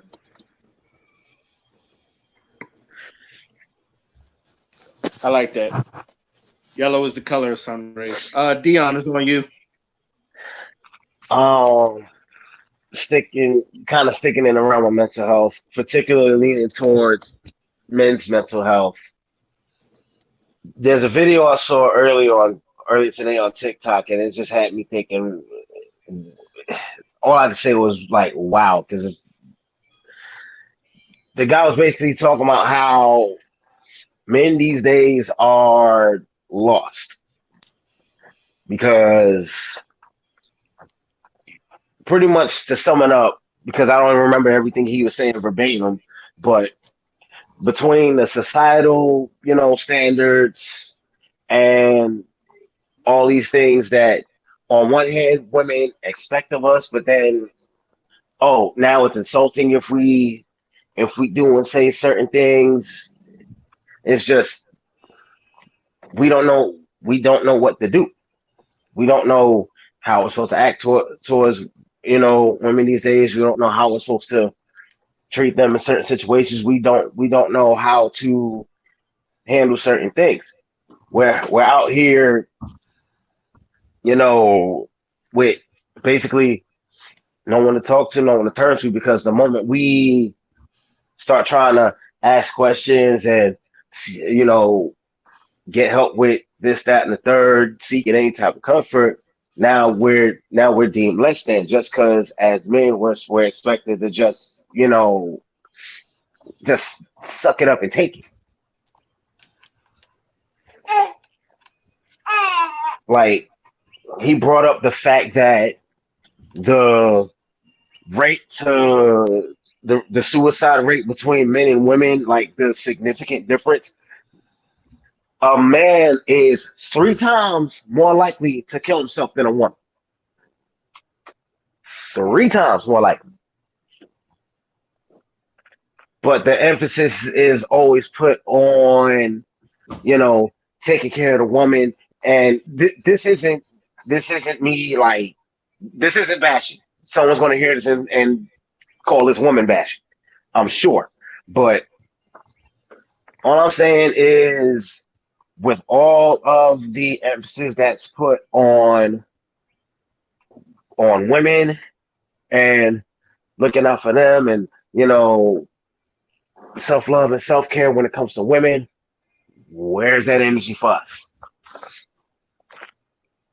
You want to know the answer to that question, Dion? It's non-existent. I know. Nah, it's not that it's non-existent. Because it does exist, but if I say it, you're probably going to look at me. Well, no. Actually, no, scratch that. You're not going to look at me. But if I say it, it's not going to be a very widely accepted answer. But if you ask me, God, that's your motherfucking answer. God. Motherfuckers need to seek God. Motherfuckers need to stop playing like we know all the motherfucking answers. The reason why men burden themselves so much is because they thought they could take the place of God. That's what I truly believe, because look at all the shit we built. Look at all the shit that we think of as a result of what we built. Like, I'm going to give you an example. Take the internet, for example, right now as we speak. The internet is responsible for most of all the modern what's it called? Revolutionary ideas that we've had. It's given us access to so much information to the point where we literally overload ourselves on it every day. And the reason why, it's the reason why we're so addicted to our phones. It's the reason why everybody cannot scratch that itch to check their social media. We have created something that has taken our power away from us, the power of the mind, the power to focus, the power to, actually use our instincts to materialize the world that's around us. We lost our way because along the line somewhere, we thought that we could carry the weight of, everything the world it already is. You know what I'm saying? We build houses, we build societies, and we create the rules within the societies. There's so much intricate shit that goes into certain things to the point where it would overload a motherfucker. You know what I'm saying? And not only that, we make it harder on ourselves on purpose. We as human beings are living life wrong. We are living life the wrong way. Whatever the fuck we're doing in America and the UK and wherever people say we're in developed nations or whatever, we are legitimately living life wrong. And it's showing through all the mental health crises we keep seeing. That's why kids these days, they're growing up, they don't have hope for the future, because look at the fuck we did in the past. So why would they have hope in the future? Look at how we treat each other when we go out on the street. Look at how even the slightest thing that tip us off well, we don't even know how to process those emotions and spend it in a healthy way. As men, we are supposed to be people that are supposed to be in tune with our emotions so we don't destroy shit, but we don't do it. Want to know why we don't do it? Because we lost our fucking way. We've always had the answers. You know what I think? I think that instinctually, I think it's a male thing instinctually to what you said. Like, we always feel like we're the burden. Like, we always have a responsibility. We have this instinct to be like, whatever we do, whatever we tackle, like, we feel like we have a burden, we have a responsibility, we got to do this. And that's causing a lot of stress, but it's like, that's how we're built. And I think that's why the woman is here. Because if you think about it, I always say, I don't care what anyone says, men fall harder for women. And because we fall so fucking hard with our instinct of having that burden, to have that, weight on our shoulders, we feel responsible for this person that we fell hard for. Because when we fall in love with this person, son, we'll go all out. We're the ones that go crazy. We're the ones that will fucking kill a bitch if she turns on us, if she starts fucking with us. But we're not doing this because we don't love you. We love you, and we're like, why the fuck are you doing this to me? And that fucks with us because we're like, no, we're responsible for this. We're supposed to have a handle on this. What's going on? That's with a lot of these women today. That's not helping a good man that's trying to have that, when he's focused on that woman. And it's that, I just say that all the time because that's why men die sooner. Because women have the ththings that they have to worry about, but not on the level we do when it comes to our mindset and our physical body. Because it starts from stress will kill you. It's a silent killer, and it kills men way faster. And the purpose of the woman, the right woman, is to keep that balance, to keep us in check. Just like we have to keep their emotions in check, they have to keep us in check for doing some stupid shit because we're fucking stressed out. I think it's built in, and I think we just need to know how to handle it, find the right person, find the right balance in our lives. That's part of the journey, is what I think. I don't think we're fucked up. I think we're just doing things wrong because we lost our way in history. But yeah, I think it's instinct, because the fact that a lot of men do this, and this is ancient, like, the ancient stories like Casanova and all that. We go hard if we see somebody we like. Yeah, that's very true. And we go hard on everything we do. If we're passionate about something, we do it. And if we can't do it, if there's a problem, if someone's fucking that up for us, we stress out about it a lot to a point where we're going to drop dead. So we need to find that balance. And I believe that's what the woman is here for that balance. That's the physical part of it. Yeah, that is exactly what the woman is there for. And the fact that we live in a society that actively pushes the woman down, and that, not only does it push the woman down, but society has curated young boys to be the benefactors, to be the inheritors of this, kind of inherent objective to push women down. There was a quote that said that, like, the foot of heaven sits on the woman. So if the woman is subjugated, then your society is going to suffer as a result. Because if the woman is not taken care of, the first teachers of, babies and children and shit like that, like, they're the first teacher. They are the cradles of civilization. If they are not upheld, then the entire society falls apart. I'll give you an example. And it's a story I tell all the time, but I come from Ghana, and in Ghana, there's a woman we call Ya Asantewa. And this woman was one, like, first of all, she was the queen mother, like literal queen mother of the Ashanti tribe. There was a golden stool that was very, very, very sacred, very, very sacred. And when the British came and they was like, we want that stool. But, this is a very, very, very sacred thing. And when the men, were pretty much like, subjugated, Ya Asantewa took her gun and she's like, the remaining forces, grab whatever you can, because we're going to defend this stool. No one is going to take this stool. And Ya Asantewa was actually captured by the British, but before she was captured by the British, she killed a lot of those British soldiers. And then on top of that, the golden stool was never stolen. So it was a victory because of that woman's courageousness and because of the fact that she was the queen mother of this particular people. A woman picked up her gun to defend what needed to be defended. You know what I'm saying? Women aren't there just to walk behind you. Women are there to walk beside you. Women are there to provide the balance. If there is a case where one of us is compromised, the woman is going to pick up her gun and make sure that whatever we need protecting is protected. So again, when you live in a society that subjugates women, you're going to be in an inadequate society because the balance is compromised. They understood this in ancient times, and we're the ones that are actually falling behind, not them. Mm-hmm. Just saying. Dion, is that it? Yeah. All right, D Wolf is on you. Alrighty, I'll keep it short.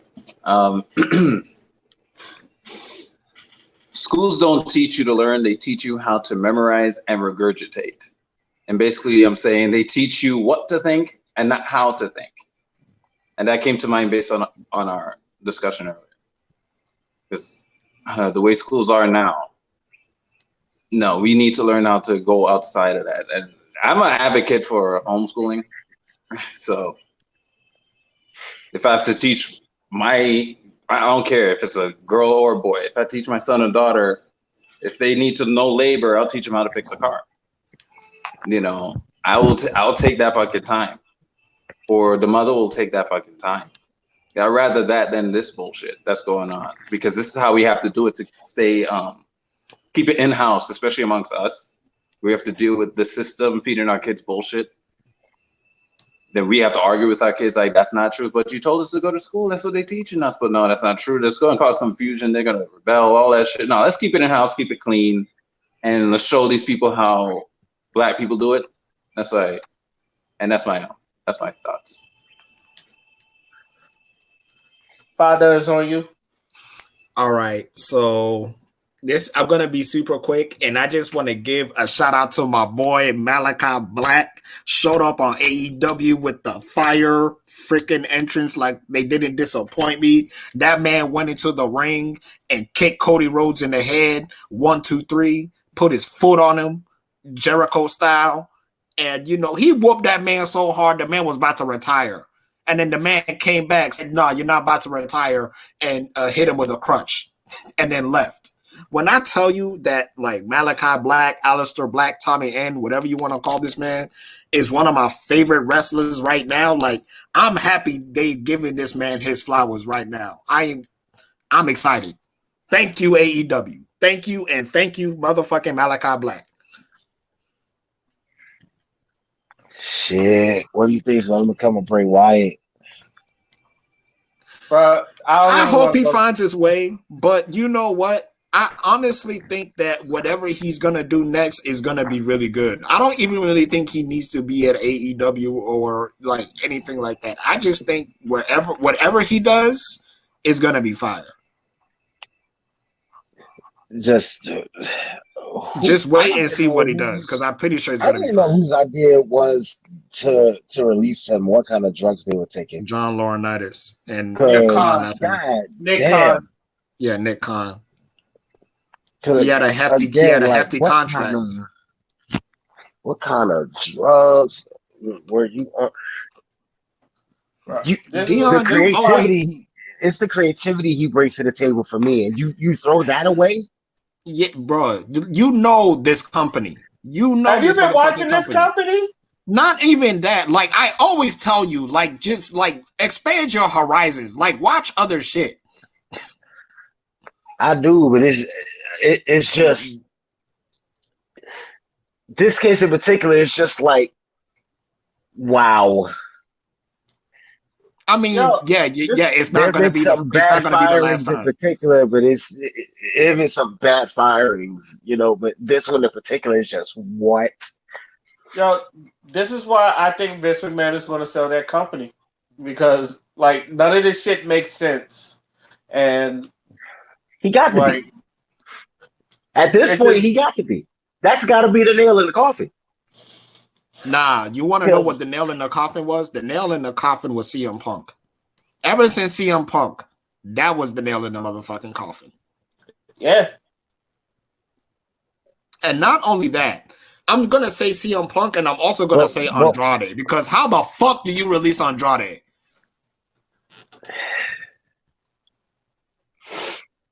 That man's talent. Did you see what him and Gargano did at TakeOver? Whew. I still remember that match. Bro. Great match. Did you see what Andrade and Rey Mysterio did? Again. Whew. Like, like, as much as we can talk about WWE, like, they have all the tools they need to absolutely be the best promotion right now. They have all the fucking talent. They literally have everything they need. The problem is they're corporate. So because they're corporate, they are going to hire some of the most incompetent fucking decision makers they can find. And it's showing. Again, it's just I've been like genuinely angry for some time, but it's just I'm trying not to, you know.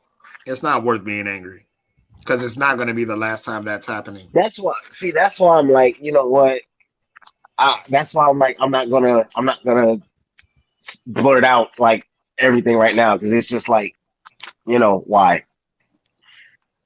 Okay, you're gonna hurt yourself. Though, yeah, I'm about to say, though you're a right father with Bray Wyatt, I still swung the air like Cuba Gooding Jr. But that was just me. But you know how much I love Bray Wyatt. That man, like, he was a fan favorite. So yes. I'm not even about to go down that because I already said my piece about that. You done with your final thoughts, Father? Yes, sir. Okay. Shout outs to the Locks and Dipset for giving me my weekly dose of New York shit that I've been missing out on. That was the most gutter New York shit I've ever seen. And shout out to the Locks for definitely destroying Dipset. I don't know what the fuck was Dipset doing. I don't know why Freaky Zeke was out there just dancing like he ain't got no goddamn sense, but that's because that's what he does. I know that's what Freaky Zeke does, but that nigga like 59 years old. I do not need to see no old ass hype man fucking Harlem shaking. But you know what? I enjoyed that versus. I really did. I really enjoyed that. I like all that New York shit talking and all that over talking to other people, and it looked like it's about to fight, but no, that's just how New Yorkers talk half the time. But I loved all of it, so I enjoyed every moment of it. I saw a clip of it, and that was enough New York for me. I already felt like I was wearing Tim's watching that shit. I swear to God, my mom. If you saw the clip that I'm thinking of, all that made me do was want to actually go back and watch the entire thing. I swear to God, when I first heard about it, I knew Dipset was gonna lose by a fucking landslide. Oh, the Locks killed them niggas. Like every I knew what was. Hate me all you want. I'm sorry, Dipset were never that good. Boy, the only one of them I liked was Stop it. The only one of them I liked for real was Juelz. Stop it. He said they were never all that good. Stop. Where you from, Brooklyn? You from Brooklyn, right? They were. But they were overhyped. They were severely overhyped. Stop. They were not that good. Stop. They literally had a whole movement. Jim Jones literally had everyone saying balling. The nigga was number one consistently. All three of them. Dipset Blue Side is still like a classic to everybody's eyes. Like, damn, Dion. Cameron literally has gangster niggas wearing pink and purple. Like, I'm not gonna lie. I mean, when there was literally nobody else, but you know, what are you gonna do? Hold on, say that last part again. I said when they really got, you know, nobody else big like that at the time, what except maybe Jay-Z or whatever, like the fuck you gonna do? Hold up. Explain yourself. Explain yourself. Because All right. What year? Okay, help me think back. Because what year were they like at their peak? Like, I would say between 2003 and 2007.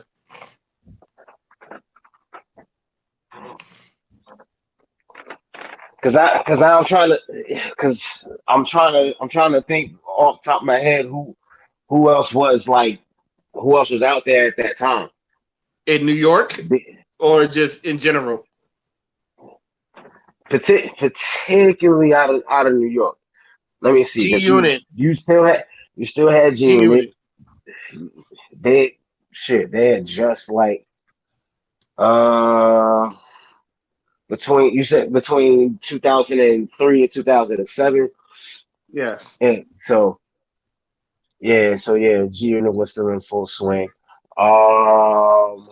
Jay-Z. Yeah, of course.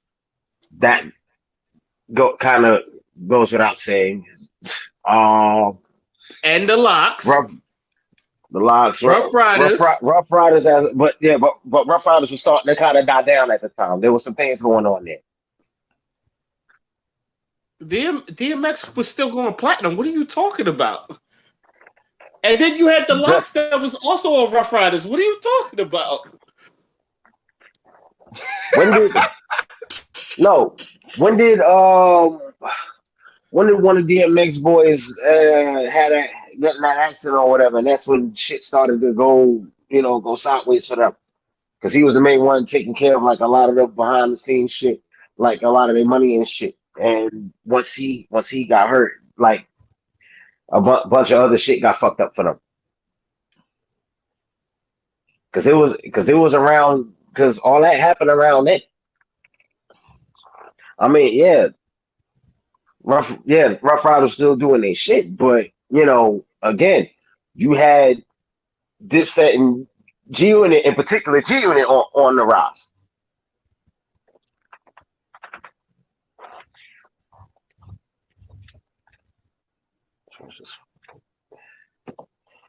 Wait, can y'all still hear me?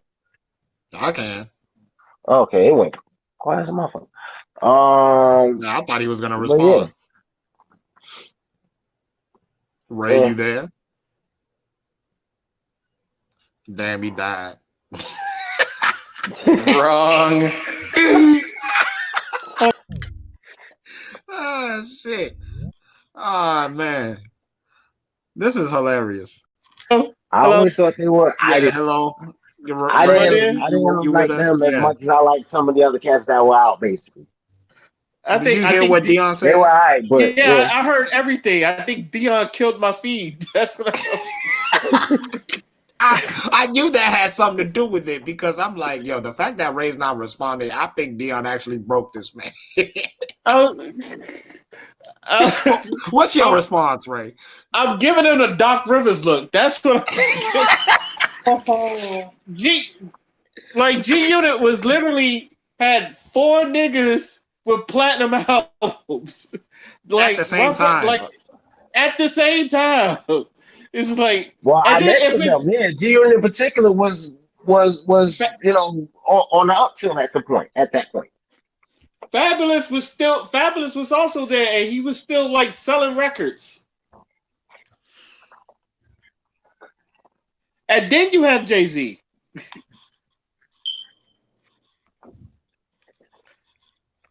And then what? We're not even considering the South, because that's when the South was really getting to that shit. So there was a lot of competition.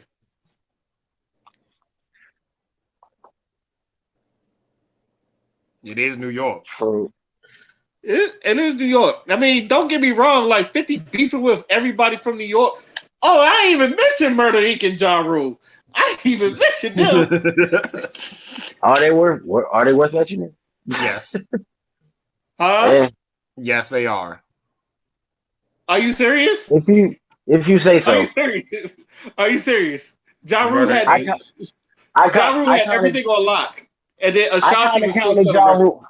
I counted Ja Rule out pretty much after that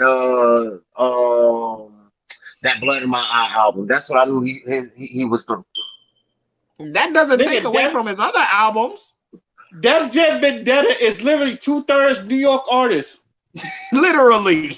Def Jam, Okay. fight for New York. Not to mention it's called Fight for New York. We aren't talking about video games at the moment, though, are we? They were hip hop artists, Dion. And Oh my god. we're not talking about video games right now. He's using the game to make a point. Def Jam. Def Jam. Nigga.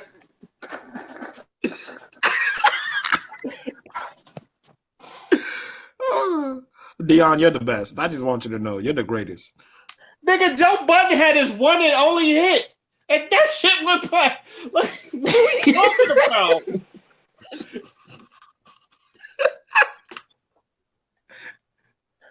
And then wait, no. And then Just he's from say Jersey. you I a don't count biased him. Look, just say you a He's from biased Jersey. I Brooklyn don't count nigga, him. and I will accept it.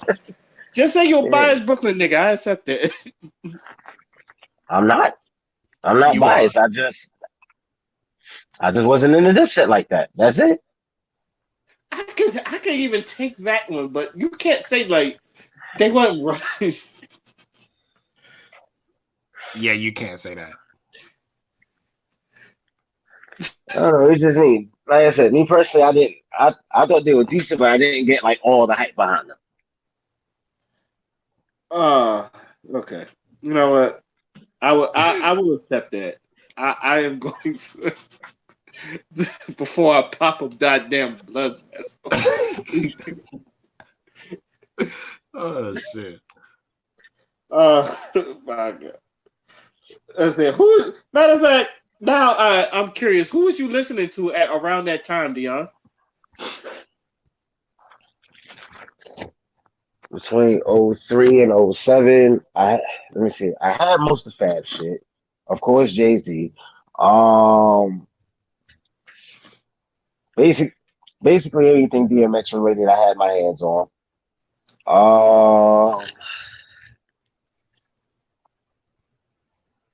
I had the only thing I really had that was Dipset related was, what was that album from Joel Santana? What the Games Are Missing? That's it. You ain't had That's the Diplomatic only, Immunity? I didn't have any of those. I heard songs from them, but it was just like, oh, okay, they were good, but not enough to convince you to actually want to,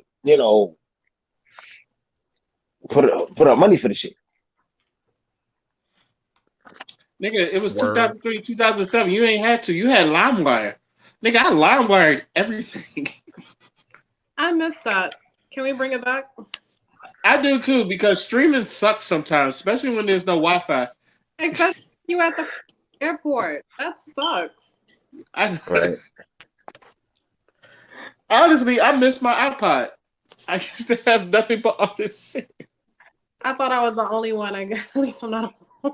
Shit. I thought about looking for one just so I could have like my whole music collection that's on my laptop on a single device again. Yo. I used to have an old laptop that had nothing but a bunch of artist singles, but they don't go as far as 2011. My bad, 2013. And that's about the last it got updated. So everything from 2013 down, that's all I had. So Was I the only one that used BearShare? I never heard of I actually BearShare. had both. LimeWire and BearShare. Oh, okay, you're the only one. I haven't heard anyone mention BearShare other than me in a long time. I never used BearShare.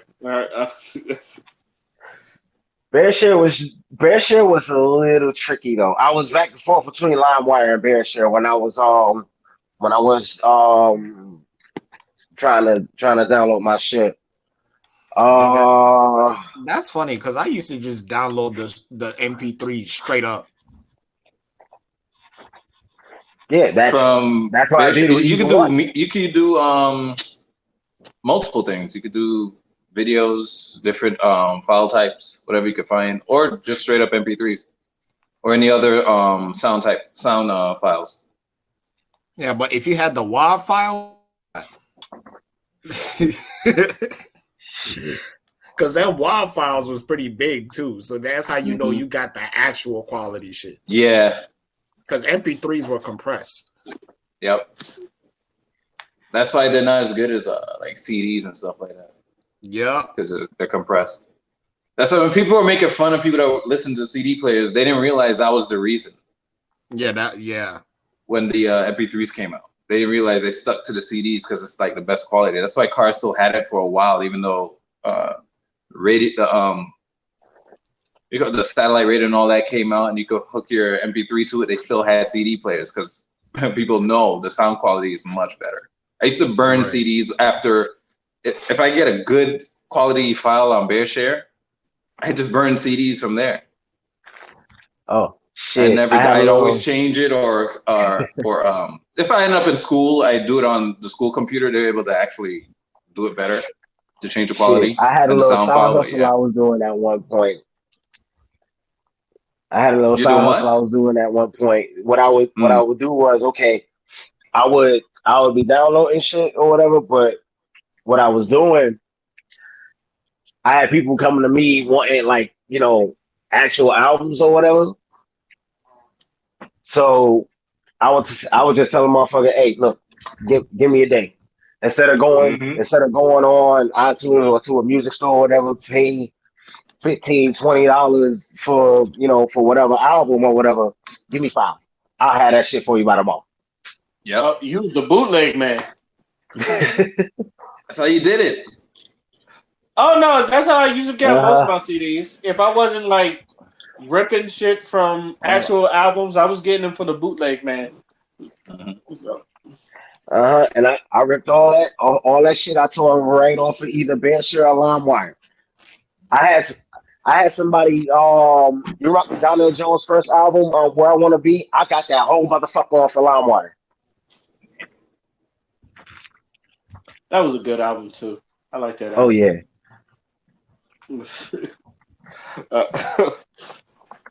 And on all right, and on that note, I'm gonna go ahead and end this podcast. I'd like to thank the panel for getting on. I'd like to thank Dion for his bad hip hop opinion.